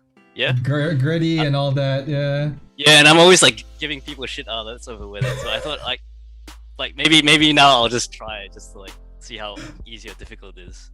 And was it easy or difficult? So I did think up a story for this one. Like, I guess what I was going for, like, it's been walking through the desert, so the feet, it's more dirty than the rest of the as body, you go up. Yeah. Maybe it's been kneeling down on one knee, so one knee is more dirty than the other. That's cool. That's cool. Yeah. Maybe it stuck the shield into the ground, so that the bottom of the shield is dirty. Like where does the rust and oil accumulate? So anything that's like where there's like a panel, just like put a little of a like oil wash, I guess. And just a light brush of like dust or whatever, just across, just to make it just like a bit dirty, but not too dirty. Not too dirty. Oh my god. Because the thing is like it's the difference between the clean and the dirty, which makes it pop, I guess. Like, but if you go look at your car, which I haven't washed my car in quite a long time. It's dirty, but it's only dirty, very dirty in some places. Like some places it's like looks fairly clean, and especially at that scale, like a car's the size of the foot, right? So if you look at if you compare it, like it shouldn't look like it's dirty if you don't look at it too closely, if you know what I mean. Wow. Would we see more weathering projects in the upcoming years, Chris? I don't think so, man. Because like artist syndrome, like seriously, like you could go at this forever. Like, there's like, when do you stop? Where would you say is enough weathered, right? Yeah. So like I've checked that box. Maybe maybe when I'm old and retired and I've got time, maybe I'll do more. But yeah, hopefully not too retired because we still want to see more of your work. 2019, we touched base about that earlier on, and you said that was one of your busiest years doing your projects. Is that true? Yeah. So from 2019, I think I did 20 kits in that 1 year. Holy cow! So here we have a kind of a montage of some of your projects this year. This is some heavy work here. Holy cow! Like, how many hours do you usually put when you're working on these kits? I would say I'd try 2 hours a day. If I'm working from home, usually I'll paint during the day and then work during the night. So that's like a good 8 hours in 1 day, I guess. But yeah, like you know, if you do the math, like 20 kits in 1 year, it's like more than slightly over a kit a month. Yeah. You just need a combination of small and big projects to just keep you going, I guess. I have a question for you, especially when it comes to batch. I wouldn't say batch. No, sorry, for producing this many at such a short time. Do you find that like your technique or formula is precedent? Do you reuse some of your colors if you mix a lot of it? You know, just how would you proceed this so that like you were able to actually execute more than 20 kits or like around 20 kits a year? I would say find the part of the project you like the least and find the part of the project you like the most, and what you do is you just try to kind of overlap those two projects at the, you know, the best and the worst at the same time. So like I freaking hate sanding and prep. So normally when I try to and I love painting, right? So when a paint change gets going, I don't want to stop. So normally when I'm painting a kit, I'll like maybe at night I'll, you know, just sand a few pieces I got, you know, just to like get the next one ready, just so like, you know, it's like a nice production line, I guess. Yeah. So do you batch the colors though, or do you just batch the kit as per parts? Like how do you actually execute your colors? Do you go build it first, take it apart, and then which color is gonna be colored the same, you would execute all the same? Or do you do something like what Chris Templorazzi was telling us, that he does it by part? Like he will just build the whole arm first, finish that, then build and paint the whole body after that. Like what's your usual style? Okay, so the stuff I do, just keep in mind that I do it at my own risk. So I do not snap fit. That takes time. What? I literally, yeah, do not read the manual. I do not consult the manual at the start. I'm just cutting parts, like all the parts out into one big bowl, and then I'm just taking out and sanding each one, and then they go into you know, they go into the palette basically. Like when I paint everything that's the same color on that kit at the same time, because when you're highlighting, you kind of need that sort of to do it all in one shot, because you kind of need to have the same consistency of shading for each like for each color basically. So I paint let's say like if it's the main armor of the Gundam, so I paint all the whites at one time, and then I'll paint all the blues at one time. It just saves having to like stop and restart and, you know, remixing paints. But how do you know which color goes to what parts though? Oh, you just sort them on the palette. So I'm just gonna, you know, shake this bag here, and this part is gonna go here. So I and don't know that if you can part's see gonna this. go- Hang on, let's get to you real quick. So I'm in the process of Okay. cutting up a Sinanju Stein right now, and these are just like this section here up to here is the gray parts, and I've started like a sort of division of where the white parts are going to be. Right. Yeah, so it's just you just group all the same colors together basically. So really I don't think it's anything special. Like, That's some insane stuff. Like for me, it's like, and you don't see the whole product until what? Like after you've highlighted everything? I don't see it until it's done, man. I'm not like you guys were like, you know, I don't get to bust a nut for like a month straight. So I'm just trying to think in my head, like, holy cow! Like, so you don't see the whole kit. Like, what do you have? Like, you have the manual, obviously, so just so you know which part's gonna go in when you build it. But like, not seeing the whole kit till it's actually complete. Like, I don't know how I feel. I feel unease thinking about that. Like, I feel like little tingly stuff coming. What got you into this pattern? Like, what you know, incubated this habit of yours to do that? So when I built the MG Quanta, back in like 2013. Have you done that kit before? I've only built the Quanta RG, not the master grade one. Okay, so before that, I used to like assemble the frame and paint the frame in one shot. But then what I find with the Quanta is like, because you got some of the clear green parts in there, you don't really want to paint over those, and some of those clear green parts are actually embedded in the frame, so you can't really paint it in one go. So from that time onwards, I painted every single part of the frame, or at least as much assembled as it could, like separately. But yeah, the reason why I don't test fit is because it's firstly it takes time, and then secondly it's like increases chance of parts breakage, which is like a really goddamn hate. So, okay, let's look at this thing real quick. This is the unicorn. This is like the perfectibility master grade, I'm assuming, or it's just the RG? HG. It's HG. Yep. Sorry, I'm just still thinking like you don't see it until its end. Like how do you factor in all the shading? Like how? It's all on a per part basis. It's on a per part basis. There's no like. So when you do so it's not like zenithal toning, right? You do it as you highlight the center part of the actual armor, for example, whatever it is. Could be the shoulder, could be the kneecap, calves, whatever. That's what I'm hearing. Is that correct? Yeah, so yeah, like you start in the center and you sort of just work your way out, and the edges will be like darker than the highlight. Have you tried doing the zenithal style where it's like? Is that the one where it's like more on one? Yeah. So in order to do that, yeah. So in order to do that, that's when you kind of need to see it, together. Interesting. Yeah. So have you actually done a project like that, or you've always just done the highlighting on parts? I've always just done highlighting. Yeah. Interesting. No, it's a good routine and technique, man. It's definitely working. Like when after I process this, I'm gonna call you maybe in 3 days from now, and we'll have another chat about that, because like you need therapy, is it? I'm still trying to like dig that in. What's going on here, man? So for this particular one, what I'm trying to do is get the cycloframe to light up. So those unicorn frames actually like UV reactive. So I've got 2 black lights there, just to do like a dark exposure to like light up the cycloframe. Nice.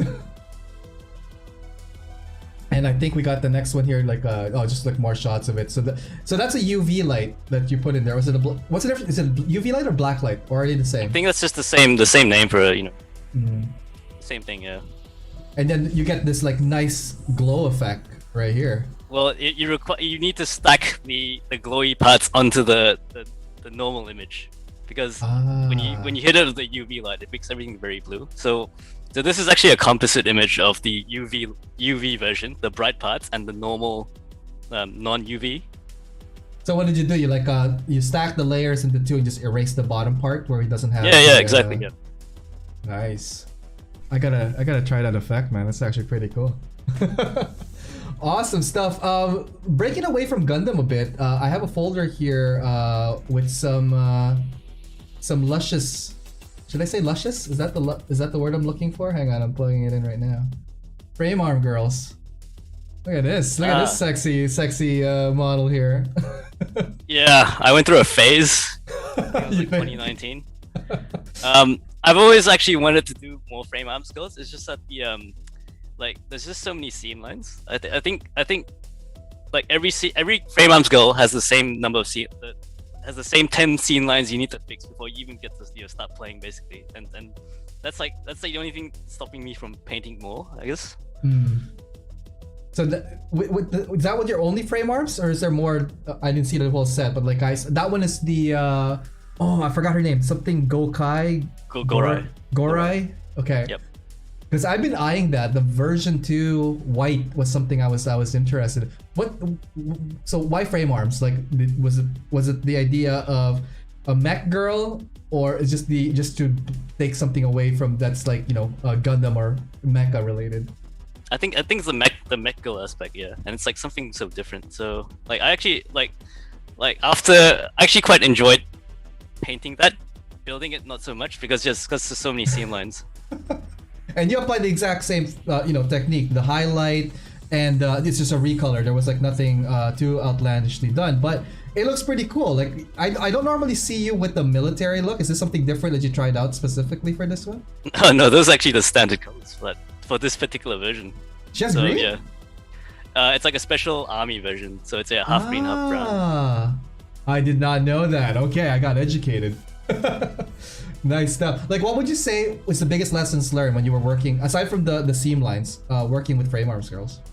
You gotta learn how to paint skin tone. So that was one thing I kind of struggled with as well. Like, like if you do it wrong, it kind of looks dead, or if you don't get the like proper undercoat. It's something that I still need to work on, basically, because like there's not a lot of chance for me to like again, like the entry to barrier for me is quite high because of the seam lines. So it's just something I've just like been procrastinating about.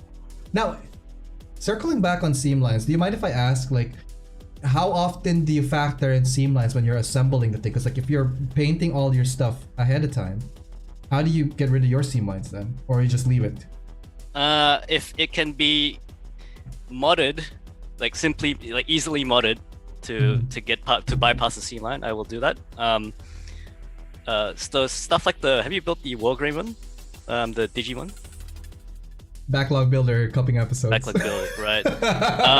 So those figurized kits have a ton of seam lines as well. So like typically it's whether like it bothers me enough to go and fix it. So like in this case it was for a commission. So like in that particular case, like it required a lot of like painting and then masking and then putting stuff, sandwiching more stuff on that, and like painting that and then masking that and then repeating it. So like typically if it bothers me enough, I'll go and fix it. Otherwise, like if it's not too noticeable, I'll just leave it as it is. Yeah, and it just becomes like a panel separation, if anything. Yeah, it depends how much. Like so the wings on the back of the Wing Zero. Have you done that too? Yep, I've done the Wing Zero. Yeah. Yeah, so it's like two halves that just put together, right? Yeah. And the thing is, like, it goes through the whole. It's not just like a certain area. It goes through the whole, pretty much wing area. Yeah. So I was like, like should I fix this? And then I decided, it's gotta go. So like, you know, paint the inside, mask that sandwich, paint it again, and like I just don't like doing stuff that's like permanent and irreversible. So because you're painting something, masking it, and then sandwiching more stuff on top, and then painting that, like to me, I'm always thinking like if I mess up, that's gonna be really hard to like, you know, paint that inside bit again. When you paint, just circling back and talking about messing up, I mess up all the time, and sometimes accidents happen. Like I'm spraying something and like the paint spilled or something, and then there goes my pieces, for example. Do you bring it back to plastic, or like do you just prime over it? Depends how bad it is. Sometimes I'll just try sand it down a bit. Like so, if it's like a paint splatter, I'll just try polish it a bit. If it's like what more commonly happens is that I will paint a color and I won't be happy with it, so everything's just gotta get stripped down to like nothing, and that's a complete restart. Oh man, I hate it when it happens. But you know what? Do you find that you do it twice as fast the second time around? It's about the same for me, because like I still gotta go through the motions. The like process, for me, like yeah. I'm painting the same part like 4 or 5 times already. So you know, like yeah, because you're doing multiple coats on it. It's not just one base coat. Well, you're gonna start off with your base coat, highlight, blending, clear coat, you know, flat coat. So I'm painting the same part already like 6-7 times. So like yeah, don't really like. Awesome shots here. We're just going through some of your mecha girls. This is now from the Build Divers. This is the Nami version, I believe. Yep. I love the poses that you did. Like, so again, posing matters. I think that's a very big thing that like people tend to overlook. Like, how much was it difficult to pose these girls in contrast to working on Gundams and mecha mobile suits? I think it's easier to a certain extent, because like they just got nice. It's more closer to the human body, so you can get more fluid stuff with it, I find. Yeah, it's looking really, really awesome. So with working with skin color, let's circle back on that. Like, do you tend to highlight? I don't notice the highlight in this one. Whereas if I look at like the more metallic stuff or like the costume stuff, I can see the highlight. Is that something you purposely avoided on this one? No, it's just that I'm still learning how to do it at this point. In fact, I haven't fully learned how to do it yet. So typically you don't really kind of highlight with skin tones, you kind of paint like the shadows first with like a red or an orange, and then you kind of spray the flesh over it. One thing I did find is that you really need a white like a super white primer for your skin tone. Otherwise, like it ends up looking like pale and like dead pretty much. What colors did you use? Did you go for the opaque flesh, or did you use that? I saw someone use a transparent orange and white as their mix, and then sprayed it on a white primed plastic. I think I was using just the Gaia Notes. So Gaia Notes, they have like 4 flesh colors. Oh, so I was just using some combination of those flesh colors to get the flesh tone, I guess. But what I found was that the shadows aren't quite as punchy. Like you really need to put like a red or an orange underneath rather than just use the standard flesh tone, I guess. Right. Okay, so that recap 2019. Now 2020, another big number for you on this one. Lots of painting continued on this one. How many did you surpass your 2019 with 2020? No, same 20 kids. I was actually surprised I got that many done, to be honest. But I think part of it was because of the lockdown. Yeah. Like, yeah, nothing else to do. So just that when you're working at home, just like. Holy cow! Look at these and the thing is, like, have you been approached by like stores or even Bandai to do their product shots? Dude, you didn't even know who I was before last year, man. All right. I'm a very low key person. Like the time of blogs has sort of come and gone, and I think most people are like more on Instagram and like Facebook, but like no, I meant like when you were ramping up at any point between, say, before last year and like earlier, because like you obviously have like a really good eye for photography and obviously your skill set on this, but like I was just curious to see if like has anybody like is it, hey, I want you to take just product shots for me, that kind of stuff. Would you have taken it? I would consider it. Like, can't say if I would now, but yeah, definitely would consider it. Have you done any shots of other people's work? Nope. Ah, interesting. I was curious. Sorry. It's like one of those like, wait a minute, if I put 2 and 2 together. Awesome builds here. Like, do we have any favorites from the 2020 mark? I really like that Faz. I haven't gone around taking pictures of it yet. Same with the Slash Laku. And the blue one. Yeah. Yep. So I also did some rebuilds. So I rebuilt the Quanta, rebuilt Blitz, rebuilt the Buster, just because like now that it's like 7 years later, I feel like I could do a better job of it. So when you meant rebuilt, you bought a new kit and then repainted the whole thing, right? Yeah.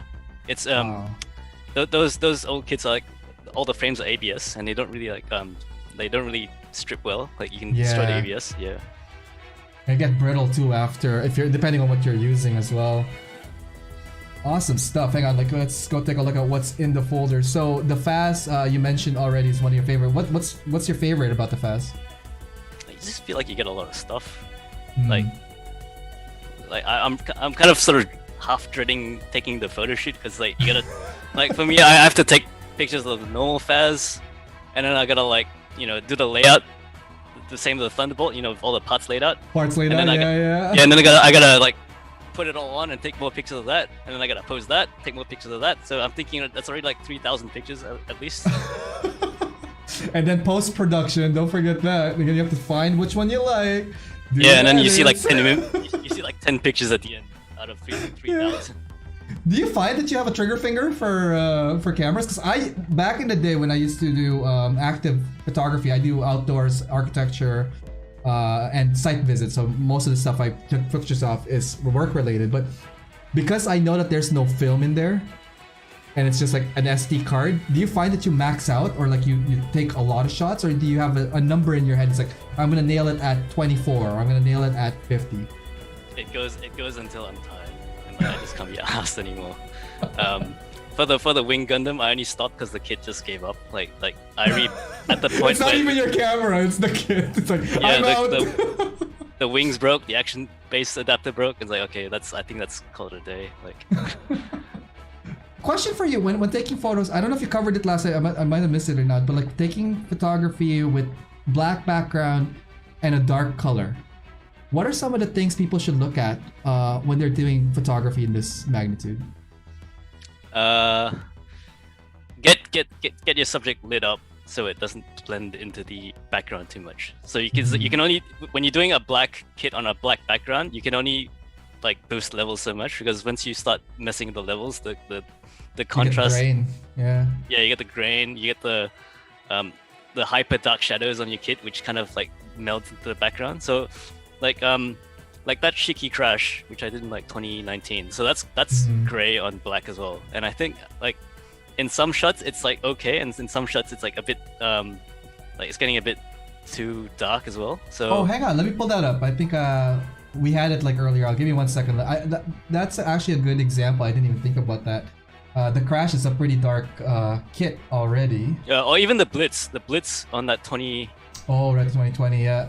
Well, we'll start with this and I'll pull the other one here. So, key light is the first thing I noticed on this one, and then you have your fill lights on the side, and that's what will give you that halo at the back. That's what will separate the dark from that. Now, if people are limited with lights, though, what are some of the things that they could do to make it pop out? Say like just don't use lights. black. It's just I guess the easiest one.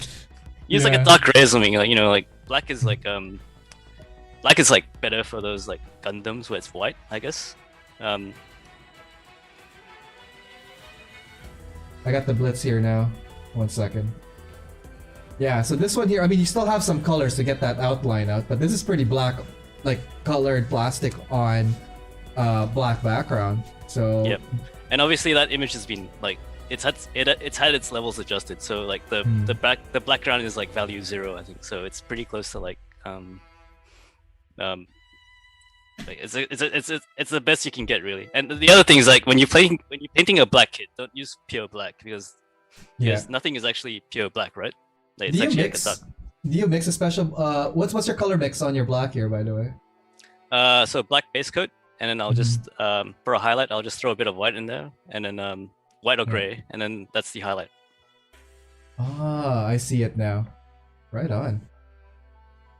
I'm just cycling through your 2020 kits here. So we have the Seeds done up. We have the Quanta. Again, amazing kit. Now, working with whites, I sometimes find it's very difficult to work with white, just because, like, say you're painting a white part already, and if it's not primed, or if you're using even a lighter color prime, like, what are some of the things that you keep in mind when you're painting white? Well, for me, white comes quite naturally, man. If you're not good at painting white, you haven't painted enough Gundam. Like for me, white, it's the only color that ever, like, it's the most consistent color I find, because I've just been doing it so much. Like I know people have like coverage issues, but like for me it's like a completely different story, because I'm always just like because I'm not fully painting the part white. It's like always leaving the edge of panels, edges, yeah. So does that mean that like so there's the border to keep you like kind of like center, like, okay, hey, this is a white, and then just tone it down. Now, with the primer for whites though, do you tend to lean on gray, or do you go with like a different color before you paint the white on? I would say like for mostly everything I've used gray primer. Like there's some fringe cases where like I'll try experiment like painting red. I'll try use like a maroon primer, and then nice. And then tone map on top of that. Very cool. Now your final well, after the decals, do you go through the same process as everybody does? Like we would do the clear gloss, put your decal, clear gloss, and then matte finish? Or do you have a different technique when you're doing your details? Same thing. So yeah, like you mentioned, clear gloss, decals, clear gloss, flat coat. Except, as you mentioned, it's still all in pieces. I don't know how you guys actually decal shit when it's like put together. Well, for me, it's like, yeah, like the clear. Well, I use can for mine because like I just run out of time sometimes. So it's like like it's paint, gloss, decal, gloss, matte, and that's the final top coat on top of it. So actually, before we keep going, there's a couple of comments here. Let's take a look at what's going on. Oh my God, there's so many comments we gotta get back into. Action Man, Chris' painting style feels pretty natural to the nature of the mobile suit, which I really love and admire. You can really feel the texture just by looking at it. Yeah, it does pop out. Really cool stuff. Hero says he's lurking. Just got a copy of my cross race. Awesome. Adrian saying, basking the glory, the drip of the Easy 8 NGL. This is the first time I've seen that work. Oh, okay. So there you go. There's someone that finally saw that for the first time. Adrian, what do you think of it, man? Jan is saying, yeah, Kotobukiya needs to improve their seamline placements. And he's also saying, oh, I just learned something to paint flesh tones. I might try pink primer for skin tones. Yeah, if you want to learn how to paint skin tones, look up Leona's workshop. She's got a really good skin tone tutorial. What's the name of that one? I'll just type it in the chat here. Leona's workshop. Skin tone. Leon's? Leona. Workshop. All right, check that out, guys. Let's see what's going on over at YouTube. Oh, Tetsu is here. How's it going? When is the judging for the clean versus weathered? I don't know when the judging is. I think it's just due today. They said in the next couple of days, but like I think it depends on how many entries there are for it. And then from Level Grinders, funny enough, I do the same. I actually write color ideas on the manual for kits. I'll share Instagram. It's gunpla_gamer. Give him a follow, guys, for those of you guys who are interested. Right on. So 2020, again, with the whole pandemic and lockdown, you've painted 20 kits. We were talking about the FAS and your seed kits on that. You're painting a lot of these, like, you know, awesome kits, but like, is there a kit that you have been wanting to paint but just can never get your hands on? I think I almost have everything I want to paint. I would say maybe the Psycho Zaku. I don't have one yet. Mainly because the thing is so big, it probably won't even fit in my booth, to be honest. Like, other than that, it's a giant statue, that thing, right? Like it's pretty big. Like yeah, it's like a backpack with Zaku attached to it, really. Now, here's a question for you: Federation or Xeon, if you were to choose? Federation, man. Look at how many Gundams I've built. Like it's just the straight lines that even the Seed Zaku, it looks more like it's more boxy than the yeah. I was gonna say there's a Zaku there and a Gelgoog somewhere. Awesome stuff, man. Now with the kits that like you've been painting, is there any particular mobile suit that you'd want to recolor? Because like I know a lot of them are custom colors, but like what would you say is something that you've always wanted to recolor? Hard to say. I've got some ideas for like the Stormbringer. Like I think that's the only one I kind of have an idea of recoloring. But I would actually like to paint it in the normal colors first before I actually go and recolor it. Now the Stormbringer released second batch now, right? There's like that full armor Stormbringer. Yeah, so the green one, the full armor just came out. Yeah. So would you do the Dominance or the Gundam from that one? The Gundam, yeah. Yeah. Like I don't think I've ever built a GM yet. Why not? Like there's just so much other stuff to build.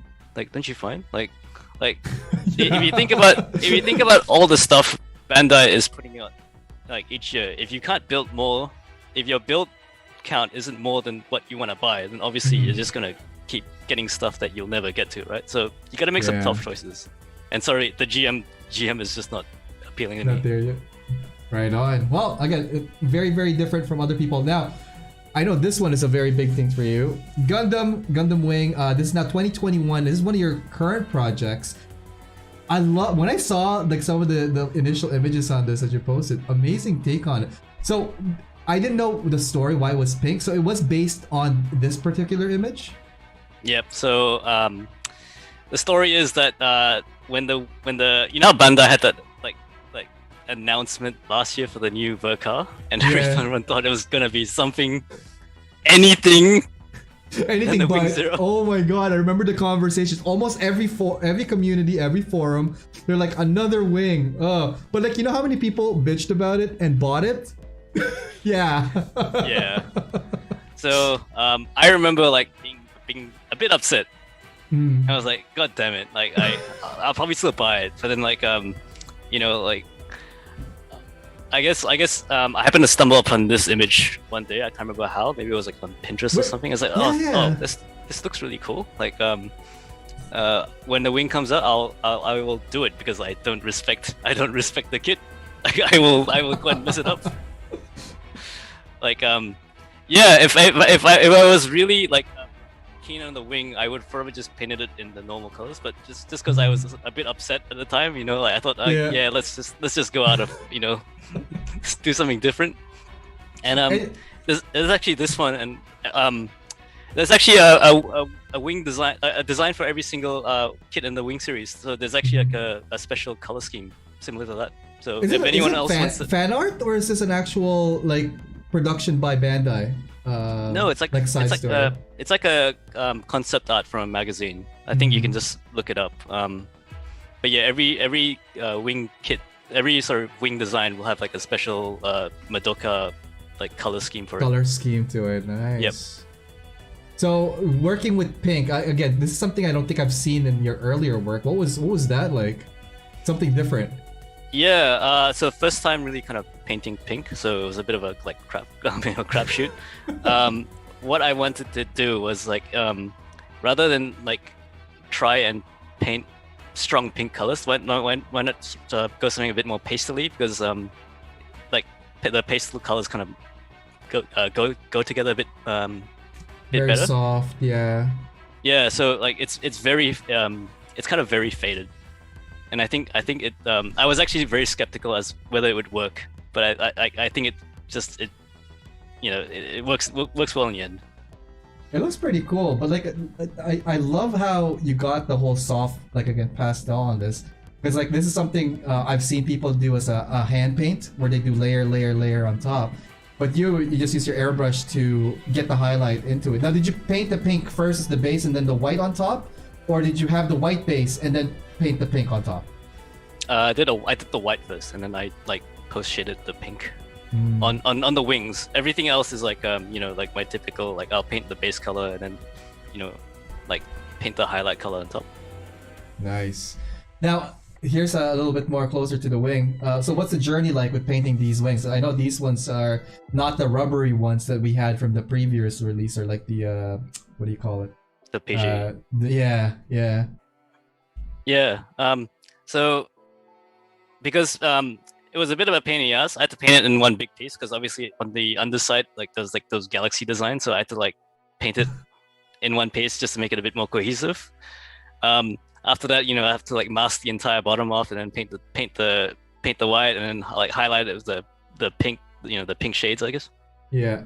Now, speaking about the galaxy stuff at the back, very interesting. Again, this is something new that I've not seen in your previous builds.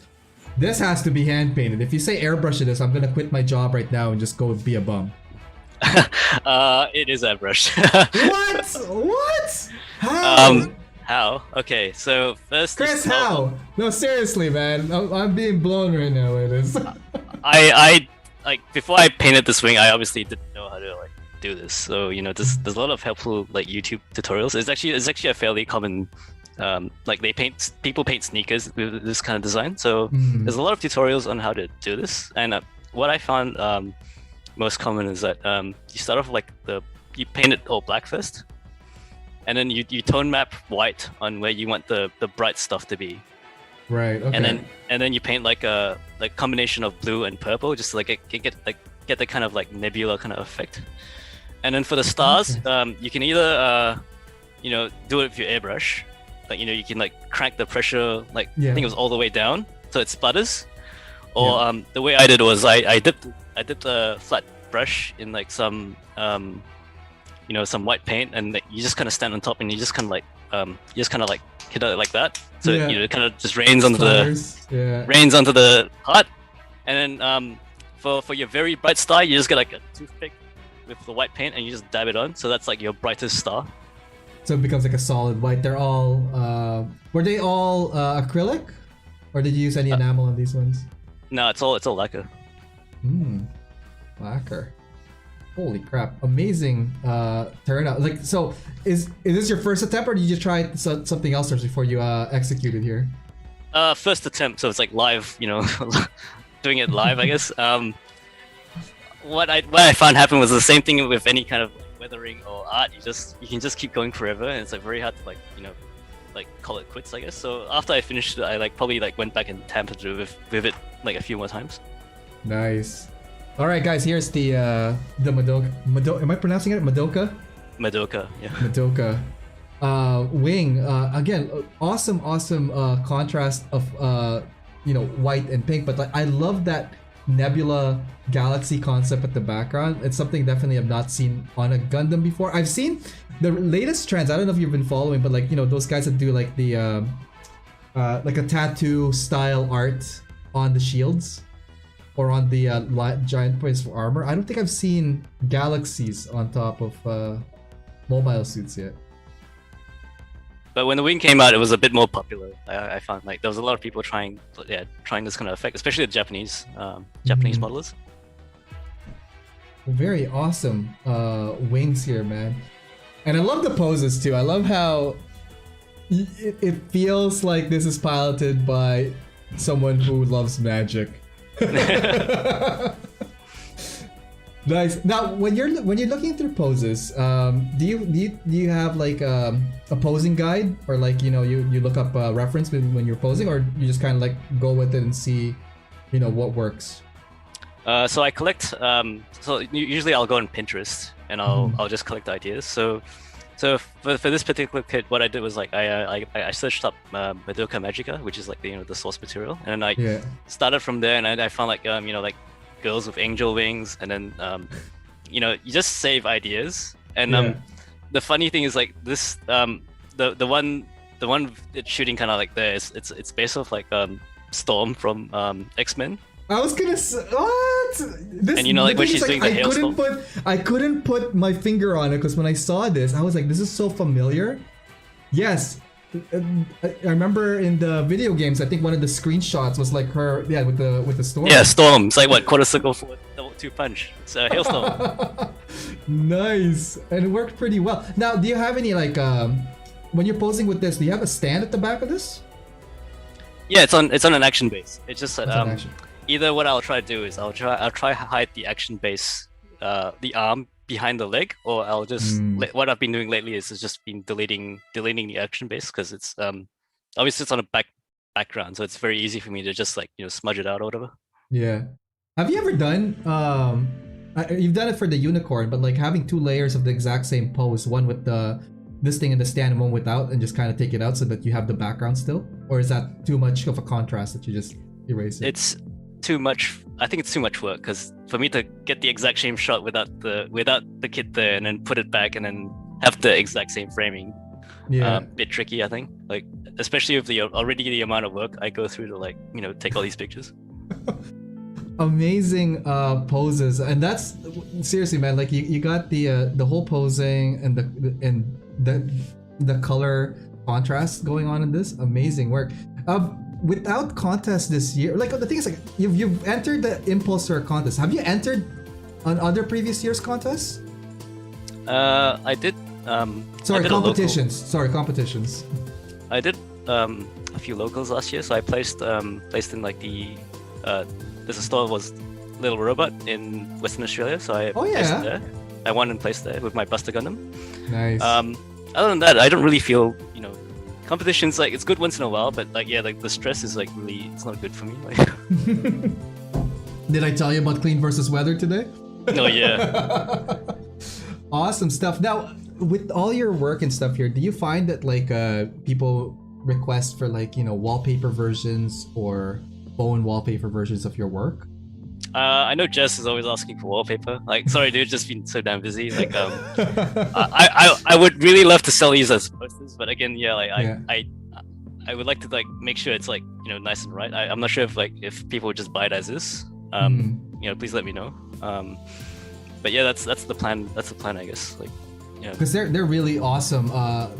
Taking photos and the posing and all that stuff. So yeah, I wish you the best if you are gonna venture into that realm, because like it can be hit or miss sometimes. Like I know I have artist friends that are like will sit on a stock of printed whatever for like the longest time, but like with your stuff here, man, I could see this moving fairly quickly. So again, let me know when that's up, because I might actually get a couple. I'm putting my name in there. Testament Gundam, I think this is one of your latest as well from this year. Yep, so I just finished that like a couple of weeks ago. actually broke the foot peg because it's like very did the noob mistake of painting the joint, and when you put it together it's like too stiff, and then it broke. So shout outs to Hangar Bay from Japan who helped me get spare parts for it basically on such short notice. Oh wow! So did they get it from like the spare parts of Bandai, or is it just something that they have? So I called him a favor. So I think he's got like a spare kit there. So he probably chunked up that kit and ordered the spare parts. Yeah, he probably chunked up that kit and then ordered the spare parts for me. So. Oh wow! Because like I was gonna ask, because like have you ever broken a piece and had to go through the Bandai, the whole ordering of parts? Because I don't think I've had anyone here, at least North America, successfully executed one and get an actual runner or part from Bandai. I've gotten spare parts before, but you gotta do it through like the proxy service. Yeah. Because I don't think you can get it like from Australia, as far as I know. And normally like when you like the proxy service is quite expensive. So and it takes a long time. Like when you put in part order, it's like they gotta send like the snail mail, and then Bandai's gotta process it and print the part and send it back to the guy, and then the guy's gotta mail it to you. That's about 3 months if Yeah, for just that one little, shoulder peg piece that you could probably scratch build with the parts you have already. Yeah. Just reading some comments here from YouTube. Cryomecha is saying those wings are awesome. That was in regards to your wing custom. Over at Twitch, Action Man Adrian is saying colors under the wings remind me of a character from the Genshin Impact game. I've not played Genshin Impact. Have you played that one? Like I haven't, seriously, like with the amount of time, like it's very like the attention needed to put to that game. Like, I think it's not something I got time for. Plus, oh man, plus it's a gacha game, right? So yeah, like I was gonna say it's a gacha game, so you gotta catch them all. Here's for another one. Oh right, that form reminds me of Storm Super. Literally mind blown here. Yeah, same comment as that one. Do you always, not always, but like do you find that you tend to imitate poses from known characters from before? Whatever looks good. So literally, if I'm scrolling through like Twitter, Facebook, like YouTube videos, if there's something I like, I'll literally take my phone and just take a picture of it, because that gets backed up to Google Cloud or whatever. And then I'll sort it later, or I'll save it to Pinterest. So I've just got like this library of like poses, I guess, which I can refer to at any time. Nice. See, that's always good, guys. Have references that you could refer back to that, especially when you're working on projects, be it color scheme or poses. Pinterest is a go-to for a lot of people. You have Pinterest, obviously. Is there any other apps or like software that you tend to go to? No, that's it, I guess. Like Pinterest is pretty big. Other than that, yeah, like if you're out watching a movie, watching a TV show, playing a game, if there's like some particular pose that looks cool, just take a picture of it, save it. That's it. Here we have a comment from, I just saw it. What happened to it? Anubis, what were you thinking? Wait, oh no. Sorry, Nightbot totally banned his comment here. Sorry about that. Nightbot is setting aggressive. I have not fixed it yet, so if you guys know how to fix Twitch, let me know. Even I'm still kind of noob in certain settings. Now the testament here. This is a P Bandai kit. What did you like about this kit? Like what stood out? It's like, hey, I'm gonna paint this guy. Firstly, it's like a C design, right? So like no brainer. It's just like the massive claw arm, and the backpack, which is like two, like the backpack's like the key thing of Seed, right? Every kid's got a goddamn backpack. Yeah. And then the claw arm, which I don't think many Gundam. It's like a common design in Gundam. So. Hang on, I'm just trying to. Oh, it's backwards. My bad. I'm trying to find the claw arm, and I was gonna show it to you. Oh my god, there it is. And this is from. It was never been on any of the Seed shows. I don't recall. This is from either a concept or a manga. Yeah, it's from a manga. It's from the Ashtray. Seed Destiny Ashtray. Right. You can see it in like the video games though. So if you play cross-gen, like the Testament's in there. Testament is so awesome. Did you build the other one? The Daban version? Or the Dragon? The Daban did it. Daban or Dragon Mobile? One of those guys, yeah. Yeah, like third-party kits, I try to avoid, just because like I have a bad track record of breaking shit, and especially if you break a third-party kit part, it's like that's like GG, like like.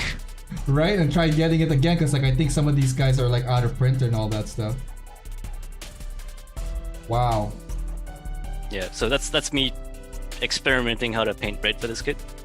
I tried using like a maroon primer or something, and then like tone map the highlights, and then I sprayed a red over it, and then like in this case I wasn't happy with the results, so I sprayed a clear dark red on the post shade, and then I still wasn't happy, so I like sprayed a clear red over it. Oh man. Which is why I hate painting red. Like I was gonna say like most of your kits from the last ones has been like the primary colors. A lot of it was the darker blues and darks and all that stuff. So red and yellow I find can be very, very tricky. So what type of advice can you give people that are painting these difficult quote unquote colors? Well, yellow is I find yellow is quite. I've got it down already. So for yellow, the trick is to use like a very white or pink primer. So that will get you your best, the best out of the yellow. Gundam yellow is actually not yellow; it's orange yellow, as you know. Yeah. Yep. If you see like yellow, it's like a lime yellow. It's like not like it's not what it looks like on a Gundam. So what you see is actually like an orangey yellow. So maybe use that instead of a yellow. Have you ever done the red base or like the red like shading at the edges and then highlight to yellow or yellow orange? So I use orange instead of red. I find it blends in a bit better. If you want a bit of a darker shadow, then yeah, use red. Nice. And for red, what about that color? I still haven't got this down, so I can't quite comment. The problem with red is that when you start adding paint to, like when you start adding stuff to it, it becomes really like it loses like a bit of like vibrancy.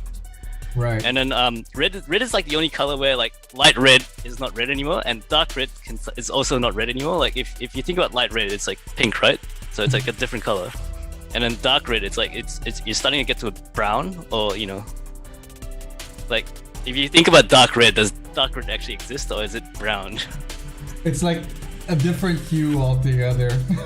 Yeah, exactly. So that's why I really struggle with red, because there's just so many steps for me to like get it the way I like. Nice. Alright guys, welcome again. If you guys are just tuning in, welcome. I saw Chris Pabs over here. Chris Pabs is saying, finally, I see the Saintism face. Look at this man. Look at him. What's up, Chris? Welcome to the show. And guys that are tuning in both on YouTube and Twitch, hope you guys are having a good night. We're going to do a quick break. We're joined here by Chris Lim, Saintism, the Saintism. We're going to be, I have a couple more photos here, and we'll be right back and continuing on with this journey. So check this commercial out. We'll be right back. Hey, what's up guys? It's Ariel from AO Mecha. I just want to let you guys know about all my other social media outlets if you haven't had a chance to check them out at facebook.com/AOMecha, on YouTube, youtube.com/AOMecha, on Instagram, instagram.com/AO_Mecha, on Twitter, @AO_Mecha, and on Discord, fairly new. That one is AO_Mecha, #3414. Anyways, hope to hear from you guys. Through any of those platforms, feel free to DM me or PM me, as well as emailing me. My email is aomecha.info@gmail.com. Just want to let you guys know that this episode is brought to you by USA Gundam Store. Please check them out, www.usagundamstore.com, and save on your purchases when you use my discount code AOMecha10. All right, let's get back to the show and see what's going on there. Hey, what's up guys? Good evening. It is AO Mecha Live Spotlight episode with Chris Lim here, aka The Saintism. We're just going through a lot of his work. Guys, if you're not following him, check out his Instagram and his socials. But yeah, why don't we go see have Chris back here and continue on. So Chris, how are you holding up, man? Yeah, good. Voice is a bit croaky after that, yesterday. Oh my god, we're probably not gonna see you for a long time live anymore, because like you did a back-to-back episode between GTS and myself. So I didn't know that you had GTS booked. the day before this show, because like I just never asked, and then you're like, oh, I'm gonna be in GTS the day before that. I'm like, wait, what? And I'm like, oh man, that's like punishment altogether. I just want to say thanks for doing this, man. Like I really am consciously like worried, and like in the back of my head I'm like, holy crap, Chris might just like die in this show. I'm already dead inside. A couple of comments on YouTube. We have Chris Pabs, we have Chris Slim, we have Gunplorazzi, who's also Chris. They're saying here Chris is the best name ever. Of course, look at that. So we should have a Chris battle similar to the Josh battle. Find a place and time and just kind of like have all the Chris's there and just kind of like duke it out. I think Find the one. Right? We're gonna get to a couple of more images here. I think we have a couple of more deck on side, but this is gonna be the fun ones now. Now we've done his work, let's go to have some fun with some of these photos here. Qu'est-ce que c'est? What the hell's going on here, Chris? So those are like some of my earliest builds, right? So like they're sitting in my parents' house, and like when we visit there, like sometimes I'll just give it to my son, just to let him play with, and generally he's quite like surprisingly quite gentle with them. So like one of those days while I was waiting for him to take a shower, I just thought, yeah, I'll just maybe for once I'll just play around with it. Yeah. Like what else can you do? Like wrestling moves, right? So. Oh my god, these are awesome. When I saw them in the folder, I'm like, look at this guy. This is fun right here. He's putting the FU in fun. I love it. And yeah, like I'm using the nice backdrop, like no lights other than the one on the ceiling. So yeah. Do you usually take your camera with you, like when you're out and about and all that? Oh no, that's just the phone, man. Like there's a phone. Okay. The DSLR never leaves the house. Now with all these wrestling suits, are you a wrestling fan as well? I would say I'm like a passing interest. I used to be kind of, back in the day when like the Attitude Era was around. I guess that was like when it was like peak interest. Tried watching it like recently? 2 years ago. Yeah. It's not so good. Like the people that like just like get stuck in the corporate ladder and then they just get ejected from the company when and they're not useful anymore, I guess. So yeah, like I read up, but not like that's my like my level of interest right now, I guess. Now, level of interest, let's circle back. I know you did your photography masterclass yesterday, but we do have a couple of like shots for your photography here. Do you want to talk a little bit about photography? Yeah, so that's just an early picture of my current setup. So I've added an extra monitor, but basically I'm shooting on using remote view. So I'm just not hunched over and looking at the viewfinder all day. Oh, okay. So you have it on screen as so you have your target system, your balancer, pretty much replicating what you see on your DSLR. Yeah, and it just helps being able to like adjust stuff on a big screen, and then like you can catch stuff early, like if like a side skirt is like out of the way, or it's like a piece of dog hair like just sticking out of the Yeah, because you don't see that like when you're like in your viewfinder, it's so small, right? Like you have to like go look at it like in your monitor or something just to see if there's any speck. Yeah, now, and even then on the monitor, sometimes you don't catch stuff. It'll be like the next day after you're like 3 hours later, you'll see like something's out of place. I think the worst one is like the EXRTA. It's got those little things on the collar. Yeah. So like you'll take. I remember taking pictures of that, and then like when I was done, like 3 hours later, like it was like folded down because I was obviously moving the head, and I must have like pushed it down. And it's like stuck there. Yeah, and I'm like, that's a reshoot. That's like another 3 hours of your life gone. Like. I hate that. Like especially when you have to pose everything, and then you see either the cap or something like loose, or like it's not like in place. Oh man, that is the worst. What would you say is? Do you recall from your projects what was like the longest reshoot, or like the project that had the most reshoot? It's got to be that unicorn, I think, because I had to take exposures with the black light, and then I had to take exposures without. So that was like thousands of images, like literally. Oh my god. Yeah. Now, a photographer is not just a photographer without the help of some lenses. We have an array of some primes here. What do we got, man? So you got a pancake, the 24. In the middle is the 60, I think, which is what I use for all the portrait shots. And then like I've just got a 35. I haven't really used it much, but I think it's more of like those landscape shots, so I don't have to like go so far away when I'm taking like like a landscape shot. Yeah. Now, here's the thing though, like, did you start your photography with a crop sensor, or did you go straight to full frame? Dude, Or I'm still using manual? crop. I'm still using crop. You Full still frame for haven't- gunpla? Yeah, man, go spend that extra 4K, man, you rich son of a bitch. Oh, that rich, come on. I was gonna say, well, you mentioned the D800. I'm like, wait a minute, that's I was thinking D810 for some reason. The 810's a full 800D. frame. Yeah, 800D. It's kind of it's a APS-C. Have you always been a Canon person? Yeah, so I started off with that this power shot. Hang on, let's power shot. There we go. Oh my god, the Sony? Or is it the Canon? Canon? Yeah. Oh my god. So ever since then, yeah, it's been Canon all the way. I can't explain why, but you know. Yeah. So for me, a lot of my friends, because I also take photography, but obviously not as much gunpla in the past. I did architecture and landscape, some portrait, but it never flew out. Nikon was my go-to, so I'm a Nikon person, but recently switched to Sony's. Now, have you tried the other brands like Nikon or Sony? No, I mean like how easily, like the DSLRs, once you get kind of because it's so expensive, the entry. Yeah. Like once you go in, you kind of get locked in.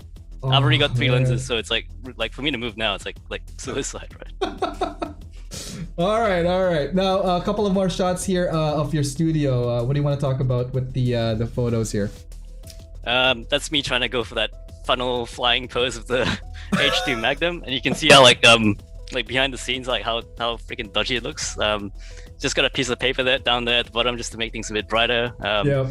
All the Yeah. ghetto stands, just trying to balance everything. But that's the thing about photography. A lot of people don't see that, like, you gotta stage it still, I think you touched base about this yesterday, and I'm referring to that because I heard some really interesting points. Was like, composition is key.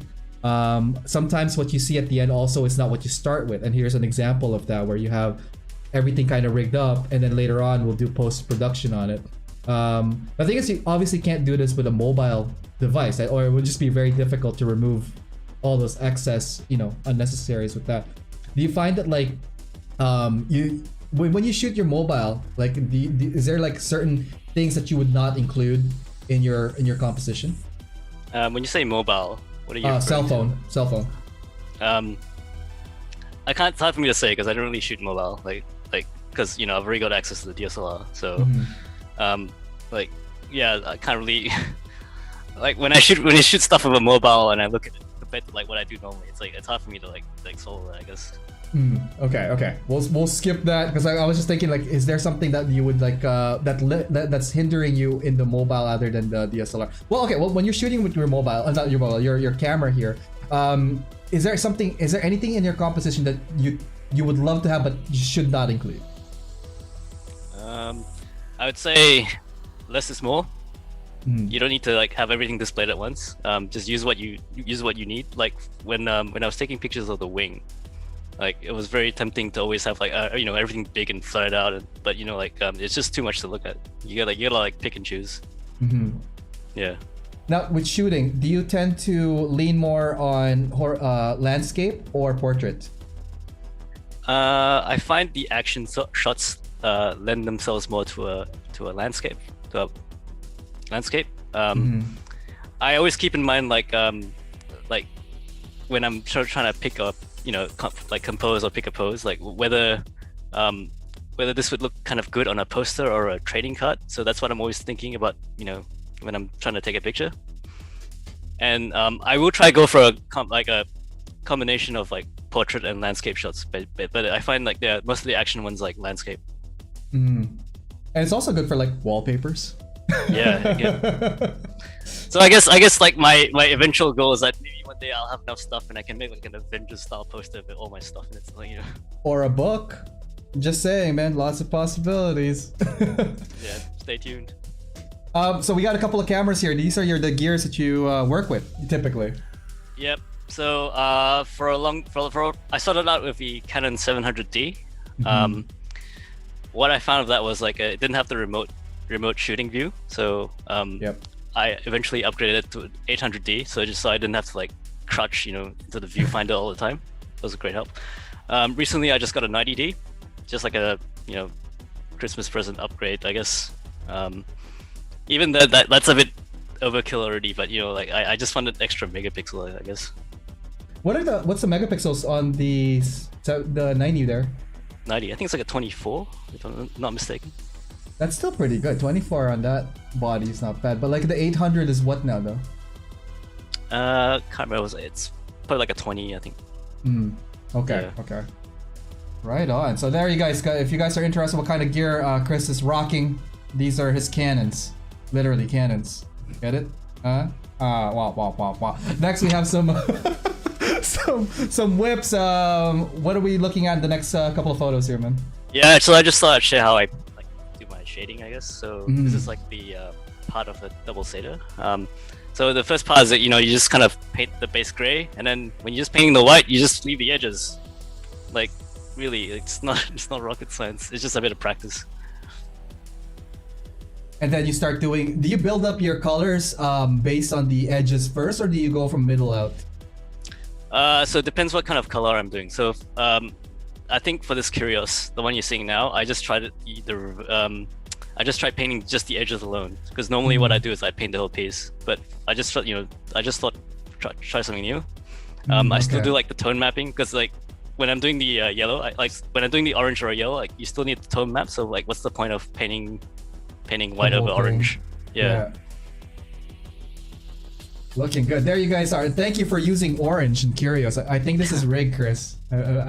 I'll send you some treats for this. Thank you for that. Awesome stuff. And again, orange is a favorite color of mine. What would you say is your favorite color? It's gotta be blue, man. Like Yeah? the Gundam blue, like that, like dark royal purplish blue. I think it's like probably my favorite color. Nice. How do you feel about cobalt blue?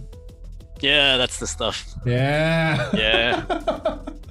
Awesome stuff. Again, some more photos, guys, of like Chris's take on it. So again, you focus directly, like when you're doing your highlights for people who have not airbrushed at all and they're trying to replicate this, they finally got their airbrush.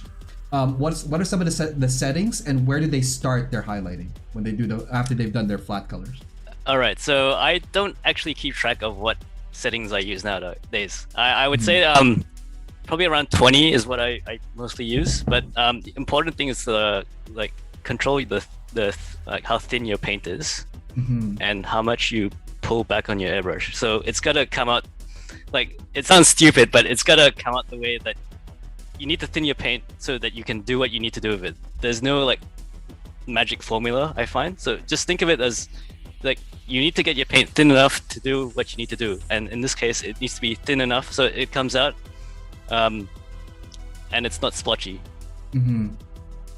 Right on. So yeah, if you guys are interested in doing that, obviously there's like a lot of tutorials online, but from Chris's take, it's gonna be a feel, but also focusing on the edges. So start with the center, highlight it, and gradually come out, and then do your color toning, and then build up on that as well, depending on what color it is. And again, just keep in mind, different paint colors actually have different control qualities. Like we talked about earlier on, the yellows, the red. How do you find green though? Have you worked with green?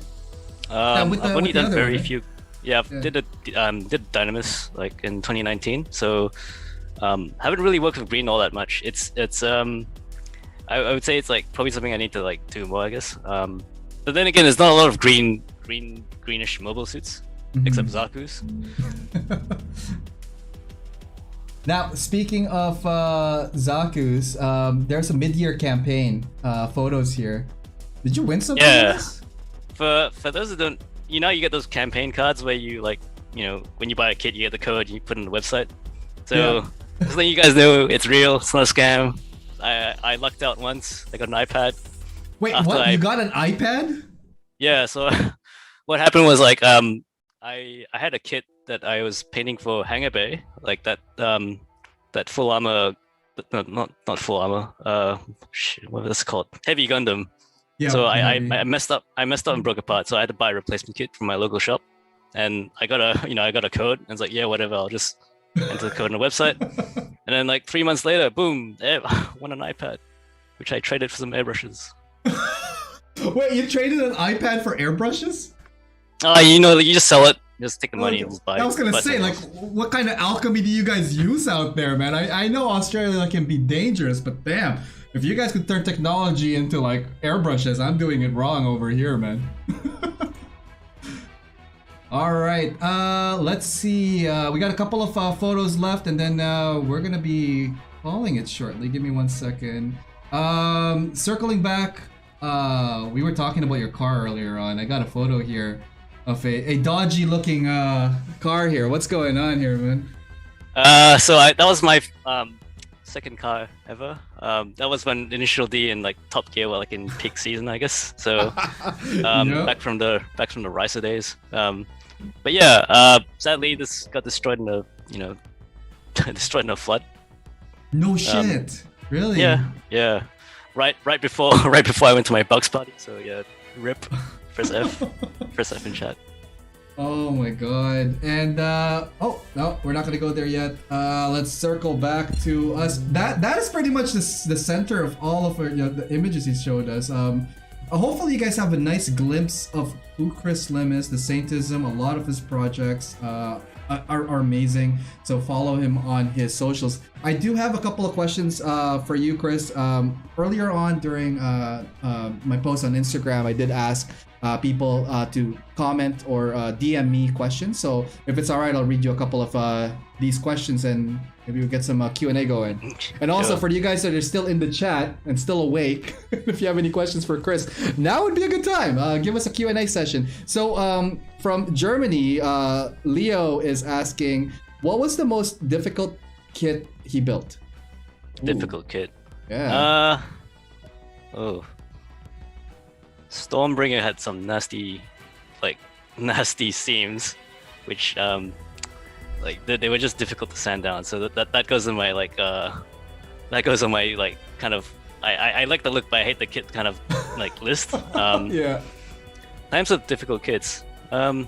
Just anything with lots of seam lines, like those figurized Digimon kits. There are lots of seam lines. Like wouldn't say it's difficult, but I just don't like them. Yeah. Oh, okay. This is from Magic Mike. He was our second guest here on Spotlight. He's saying, "How to be like Saint." LOL. I don't even know if that's a question now. What is it? How do you be like you? Get lots of sleep. Lots of Practice. sleep. Yeah. Be lazy. I'm not kidding. I'm actually consider myself to be like a pretty lazy guy. Oh my god. Here's from Gunpla. Chris, if you're still on, this is the question that you posted. Where do you see Gunpla in the next 5 years? Good question. More unicorns for some reason. I don't know. Just hopefully better, less seam lines. More designs that we haven't seen in MG yet. Like, is there a mobile suit that you want to see done that's not been done yet? If they did that 00 Sky in MG, I would row the boat to Japan. and He didn't buy even say one. swim. He's gonna row a boat there and buy it. Yeah. I would drop everything and just go and get it. Like, Where did Chris go? I don't know. He said something about Sky, yet he's going by boat. It's great. You have a question here from fan.orama. When weathering your models, because you weather your models, what type of pigments do you use? oh shit, this is like 2018. I don't know, like what did I use? There's like some powder from Mr. Hobby. It's not the compact. It's not like the one in the compact case, the brush. It's like some kind of powder which you mix with water and it becomes like a sludge. So that's one of the things. And yeah, like the Mr. Weathering kits. The use those powdered two. pastel powder. kind of, yeah. Enamel wash. You're really asking the wrong guy, man. I know. I was gonna say. Hey, I'm just reading off the questions here. I'm like, all right. Maybe the shading does. People do mistake that as a weathering sometimes. So Yeah, you just gotta get good. That's what he uses. Oh my god. From Riot, he also asked the same thing that we just kind of talked about. If you could choose the next kit, that will be released? What would it be? Your response to that one was the Double O Sky. Aside from the Double O Sky, what's second to that? Give us the G Self, man. Like, Yeah. come on. It's been a G while. Self. And then What else? it won. It won the next Verka poll, right? Yeah, I mean, seriously, like, way to rain in the parade, right? Like, it's like they're just setting up for the disappointment. It's like, And this is not a question, but more of a comment from Kazuki GT86R. Jazz. Does that ring any bell to you? Jazz. no. Nope. Oh, okay, it was a rando. Over here on YouTube, Gunplerazzi saying more unicorn LMAO. He just wants I think the Jazz is reference to Thunderbolt. Sorry, like yeah. Now I'm like thinking about it. There is a reference to that? Yeah, like like when you hear Jazz coming, when you hear Jazz, it's me. It's me coming. It's you coming. There we go. Yo Fleming, aka Chris Lim. Oh my god. A couple of questions left for you before we send you off. Again, Chris, thank you so much for doing this. For people who are trying to get into the hobby, obviously new to this, be it both in coloring or just getting into the model kits and whatnot, what kind of advice or choice words would you give these guys to better their experience and really enjoy it? I would say just pick a design that you like. Like if something catches your eye, just get it. If you're like me, like where you can get a perfect grade like early, like go ahead. In terms of like improving, maybe just like after you finish the build, just reflect, think about what you can improve or what you wanna, like what mistakes you could have avoided. Like for me, when I always finish a kit, I do like a write-up of the colors I used and what I didn't like and how I fixed certain things, just so I remember like in the future, like when I look back, like how did I do this? I'm always like a bit critical of myself, so like there was times in like 2014 where I had paint cracking and I had to experiment, like went a bit by bit as to fix that problem. So just pick something you want to get better at and just go work on that, and like try not to like be better at everything. Just pick something. Mm-hmm. Wow, good advice. Now, part two to that one would be like people that have not done any photography other than their phone and they're switching into photography. Where do you think this? Obviously, guys, check out his show from the masterclass with GTS. But maybe just a quick kind of like couple of words on like where can they start looking into if they want to venture into actually doing digital photography for their mobile model kits. So start small. Use a mobile phone first. Just try to get a feeling for it. Lighting, I'd say, is probably the most important one. Whether you're doing it outdoors or inside, make sure your stuff is well lit, so it'll give you the best results. Like watch the masterclass, I guess. Lots of like pointers there, I guess, wherever you are in your photography journey. And like DSLRs, like seriously, I think if most Gunpla builders have a backlog, like if you've got a perfect grade or two in the closet, like is that really giving you happiness? Like just thinking about like saving that money and getting a DSLR, like. That's right. And it doesn't have to be like we were just talking about brands and all that stuff. Guys, like there's like no right or wrong brand, just to let you guys know. I just tend to use what was available for me. And Chris, like you mentioned, once you kind of start investing into a specific brand and like getting the parts like lenses and compatibility matches, you might end up getting locked at that. So again, it just comes down to your preferences and what you guys are comfortable with in regards to resources. So Chris, again, thank you for coming in today. If people want to follow you and check you out, like where can they best find you? So I'm on Twitter at the Saintism, same with Instagram, the Saintism. You can check out my website www.saint-ism.com. So where else? I'm on Facebook as well. Saint-ism, I think. You also have an Etsy, or not Etsy? It is an Etsy, right? Yeah, it's in an Etsy store, so I do have a few T-shirts and stickers there. I will eventually put posters up for sale if there's enough, interest. But I guess have a visit, have a look. Please support, I guess. Nice, nice. Absolutely, guys. Check them out as well. So the next projects lined up for you. Can you tell us a little bit about what you're going to be up to next? So I have a Synergy Stein, which I'm building as a commission right now. So that'll just be like the standard, like white Verkala colors. I'm doing a Gaplant 2. So that's like the one with the one rod with the Gaplant arms. Ooh, nice, nice. Yep. And for me, like, I guess I'm just looking forward to like, like the Virtue. What else is coming out? The white Blaze Zaku. What did you think about the announcement for the Archangel leg? Oh, the launch bay. The launch bay, yeah. Yeah, the thing is like cool, but because I don't build a lot of high grades, it's like yeah, it's a bit of a wasted for me, like Oh man. The thing is also the price on that looks really, really expensive, but like oh, yeah, I'm just saying, Seed fan here would probably drop some coin on that, but I was kind of curious like what you would think of that one.